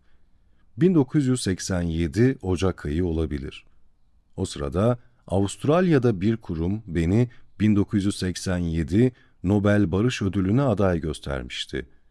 Cezaevi arabasından inip adliyeye girerken kapıda basın mensupları da vardı. Bana cezaevi arabasından inip adliyeye girerken bu konuyla ilgili duygularımı soruyorlardı. Mahkemede kimlik yoklaması yapıldı. Daha sonra Çanakkale Ağır Ceza Mahkemesi'ne verilen ifadeler burada da tekrarlandı. Ama bu dava ile ilgili herhangi bir gelişme olmadı. Sanıyorum dosya kapatıldı. 1987'de tahliye olduğumda karşılayanlar arasında avukat Serhat Bucak, Ümit Fırat, Aydın Köymen ve Rizgari'den arkadaşlar vardı. O gün avukat Alparslan Yaman, Muş'tan Gaziantep'e cezaevine gelirken bir trafik kazası geçirdi. Alparslan Yaman, Nesimi'nin kardeşiydi. Komal Yayın Evi'nin davalarıyla çok yakından ilgileniyordu. Çıkışta gazeteciler de vardı. Gazetecilerin soruları üzerine Kürtler konusuyla cezaevinin durumuyla ilgili açıklamalar yapıyordum. Avukat Serhat Bucak gazetecilere Beşikçi'nin açıklamalarının yazmamalarını rica etti. Ben de yazmalarında bir sakınca yok demiştim. Bu açıklamalardan güvenlikten sorumlu yüzbaşı çok rahatsız olmuştu. Buradan beni Gaziantep Emniyet Müdürlüğü'ne götürdüler. Vali Abdülkadir Aksu'ydu. Emniyette askerlik yapıp yapmadığımı sormuşlardı. Emniyetten serbest bırakıldım. O gün arkadaşlarla bir parkta otururken Celal Doğan'ı da görmüştüm. Tahliyeden birkaç ay sonra Ankara'da bu baş gardiyanın ve gardiyan kardeşinin bitişikteki cezaevine uyuşturucu sokarken suçüstü yakalandıklarına ilişkin bir haber vardı. Daha sonraki bir haberde bu baş gardiyanın cezaevinde vefat ettiğine dair bir haber de okumuştum. Yazının başında cezaevinde kapı altında yaka fotoğrafı çektirirken bir baş gardiyanın bana "Hadi bunlar genç, sana ne oluyor? Şurada kalmış 10-15 yılın, doğru dürüst yaşasana" dediğini ve aynı cezaevinde bir gardiyan kardeşinin de olduğunu anlatmıştım. İşte bu gardiyanlar o kardeşlerdi. Cezaevlerinin dışa açılan kapısı. Antep Özel Tip Cezaevi yeni açılmıştı. Sanıyorum ilk giden Çanakkale grubu oldu. Birkaç gün sonra Bartın'dan da bir grup getirildi. Bizi tek tek hücrelere koydular. Hücrelerin iyi tarafı içinde tuvaletin olmasıydı. Havalandırma çok genişti. Teker teker çıkarılıyorduk. Süre 15 dakikaydı. Arkadaşlar ilk günden itibaren koğuşlardaki su borularını kullanarak haberleşiyorlardı. Daha ilk gün Antep Özel Tip Cezaevine kitap, dergi alınmayacağı söylendi. Arkadaşlar bu konuda çok konuştular, görüştüler. Ama olumlu bir sonuç çıkmadı. Cezaevine günlük gazete alınıyordu. Ama kitap, dergi alınmıyordu. Çanakkale E-Tipi cezaevinden gelirken kitaplar, dergiler, sözlükler, gazete küpürleri dosyası vesaire vardı. İdare onları bir çuvala koydu. Depoya kaldıracağını söyledi. Bu kitap çuvalını eve gönderebileceğimi de söyledim. Kitapların depoda heder olacağını düşünerek eve göndermek gerektiğini düşündüm. Leman sık sık ziyarete gelemiyordu. Gelse bile bu çuvalı götürmesi çok zordu. Rahmetli Cemal Özkan'la hücrelerimiz bitişikti. Bu durumu Cemal'e de anlattım. Babama söyleriz, götürür demişti. Cemal Özkan'ın babası İsmail Özkan sık sık gelirdi. Ziyaret günlerini hiç aksatmazdı. Cemal babasına anlatmış. Bu bir çuval kitabı İsmail abi Ankara'ya götürdü, bizim eve bıraktı. Kitapları böyle kurtardık. Kitabın silahtan daha tehlikeli olarak algılandığı günlerdi. Benim için çok büyük bir iyilik oldu. İsmail abi birkaç defa ziyaret günlerinde kendi ailesiyle birlikte Leman'ı da getirmişti. 15 Temmuz 2020 günü Ankara'da akşama doğru sanatoryum durağında belediye otobüsünü bekliyordum. Telefon çaldı. Arayan Hasan Hüseyin Özkan'dı. İsmail abinin vefat ettiğini söyledi. 29 Haziran'da vefat etmiş. 2 Temmuz günü toprağa verilmiş. Bu haber üzerine Antep Özel Tip Cezaevinde İsmail abinin fedakar, vefakar tutumu film şeridi gibi gözümün önünden akıp geçti. Gözümü kapıyorum ama uyumuyorum. 1982-1984 yılları arasında Çanakkale E-tipi cezaevindeydim. Cezaevinde birçok olay yaşandı. Her olaydan sonra koğuş da değişiyordu. D8, Anamalta'nın her iki tarafında yer alan 4 katlı ve her katta 10 hücrenin bulunduğu bölüm. D9 ve D13. D13'te ranza 3 katlıydı. Ben de pencerenin önündeki bir ranzada 3. katta kalıyordum. Komşum Cemal Özkan'dı. O da 3. katta kalıyordu. Cemal o günlerde bir ağacı oyarak kendisine saz yapmaya çalışıyordu. Bütün gün işi buydu.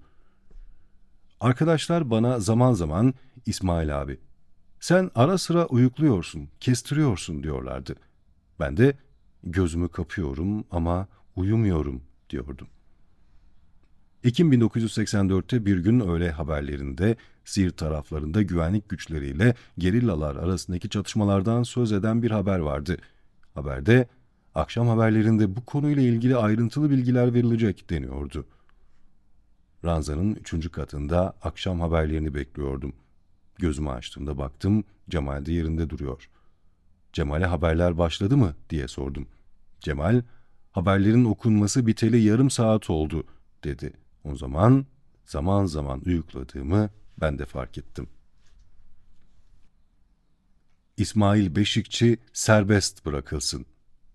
Şubat 1987. Gaziantep Özel Tip Cezaevindeyim. O dönemde hücrelerde 3'er kişi kalıyorduk. Hücrede benden başka Haşim Kutlu vardı. 3. arkadaş da Haşim Kutlu'nun siyasal görüşlerine yakın genç bir arkadaştı. Günlük gazetelerin birinde Hürriyet olabilir, küçük bir haber vardı. Haber, Süleymaniye taraflarında baraj inşaatında çalışan Türk mühendislerden 4'ünün Peşmergeler tarafından kaçırıldığını anlatıyordu. Peşmergelerin komutanının Celal Talabani olduğu da vurgulanıyordu. Türk mühendislerin serbest bırakılması karşılığında birçok isteklerinin yanında İsmail Beşikçi'nin serbest bırakılmasını da istiyorlarmış. O dönem bir Türk şirketi Süleymaniye taraflarında bir baraj inşa ediyormuş. Bu haber beni çok şaşırtmıştı, biraz da endişelendirdi. Bu konuyla ilgili olarak idareye beni çağırdıkları zaman ne diyecektim? İsviçre Yazarlar Birliği'ne yazılan bir mektuptan, bazı kitaplardan ve yazılardan dolayı 1981'den beri cezaevindeydim. O cezalarla ilgili infaz tamamlandığı için 1987 Mayıs'ında tahliye olacaktım. Bununla ilgili müddetname de verilmişti. 25 Mayıs'ta tahliye olacağım müddetnamede yazılıydı. Bu cezanın bitiminden sonra sürgün cezası başlıyordu. Buna Emniyet-i Umumiye nezareti altında tutulmak deniyordu. 2 yıl Çanakkale'de sürgün. Ama o dönemde sürgün cezasının kaldırılması ile ilgili girişimler de vardı. Hücre arkadaşım Haşim Kutlu haberi okuyunca şöyle demişti: "İsmail abi, seni birazdan idareden çağırırlar. Bu muzır adamları nereden tanıyorsun? Bu adamlarla kimler aracılığıyla ilişki kuruyorsun? Bu olayı nasıl planladınız?" vesaire diyerek seni baskılamaya çalışırlar. Ne söyleyeceğini şimdiden düşün, hazırlan. Ama böyle bir gelişme olmadı. İdareye de çağrılmadım. Ertesi günkü gazetelerde de bu olaya ilişkin bir yoruma veya yeni bir habere rastlamadım. Olay öyle kapandı sanıyorum. Normal zamanda 25 Mayıs'ta tahliye oldum. O dönemde Antep Özel Tip Cezaevine kitap alınmıyordu. Hiçbir kitap. Cezaevinin kitaplığındaki kitaplardan faydalanıyordunuz. Günlük gazeteler veriliyordu. Ama günlük gazetelerde bazı yerleri kesilerek veriliyordu. Cezaevlerinde gelişen baskıları protesto eden haberler, cezaevlerindeki kişilerle veya sol örgütlerle ilgili haberler kesilerek veriliyordu. Cezaevlerindeki mektup okuma komisyonunun önemli bir görevi buydu. Yukarıda sözünü etmeye çalıştığım haber, sütunlar arasında kalan küçük bir haber olduğu için fark edilmemiş, kesilmemiş olabilir. Bu olayı artık yurt dışı gezilerine başladıktan sonra Süleymaniye'ye yaptığımız bir gezi sırasında Kürdistan Yurtseverler Birliği'nden arkadaşları da sormuştum. Ama tatmin edici bir cevap alamamıştım. 22-29 Kasım 2015 günlerinde İsmail Beşikçi Vakfı'nın Hevler temsilciliğini açmak için Hevler'deydik. Temsilcilik açıldıktan sonra Kültür Bakanlığı'na gittik. Kültür Bakanlığı'nda temsilcilikle ilgili konuşmalar yapılacaktı. O dönem Kültür Bakanı Halit Doski'ydi. Bakanlıkta görevli bir arkadaş kalabalık bir sohbet grubu içinde bir olaydan söz etmek istiyorum diyerek çok uzun zamandır benim de kafamı kurcalayan bu olaydan söz etmeye başladı. 1980'lerde Peşmergeydim. Süleymaniye taraflarında mücadele yürütüyorduk. Komutanımız Celal Talabani'ydi. O bölgede Türkiye bir baraj inşa ediyordu. Baraj inşaatında çalışan işçiler, mühendisler Türktü. Bir gün baraj inşaatında çalışan 4 Türk mühendisi alıkoyduk. Bu 4 Türk mühendisi kendi kampımıza getirdik. Daha sonra Türkiye'ye açık bir bildiri yayımladık. Bildiride baraj inşaatında çalışan 4 Türk mühendisi alıkoyduğumuzu, bu mühendisleri ancak İsmail Beşikçi'nin ve cezaevlerindeki öbür siyasal mahkumların özgürlüğe kavuşmalarıyla serbest bırakacağımızı vurguladık. Bu olaydan haberin var mı? Olayı hemen hatırlamıştım. Ancak bu olayı Celal Talabani ile konuşma fırsatım olmadı. Ama Celal Talabani'nin Süleymaniye'deki ofisinde çalışanlar bu olaydan haberdardı. 1980'lerde Süleymaniye taraflarında peşmerge olan, şimdi Kültür Bakanlığı'nda görevli olan arkadaşın anlattığı bu olay, o zaman basında çok küçük bir haber olarak yer almıştı. Uzun zamandır kafamı kurcalayan bu olay böylece açıklığa kavuşmuştu. Açıklığa kavuşmuştu. Açıklığa kavuşmuştu. Açıklığa kavuşmuştu. Açıklığa kavuşmuştu. Açıklığa kavuşmuştu. Açıklığa kavuşmuştu.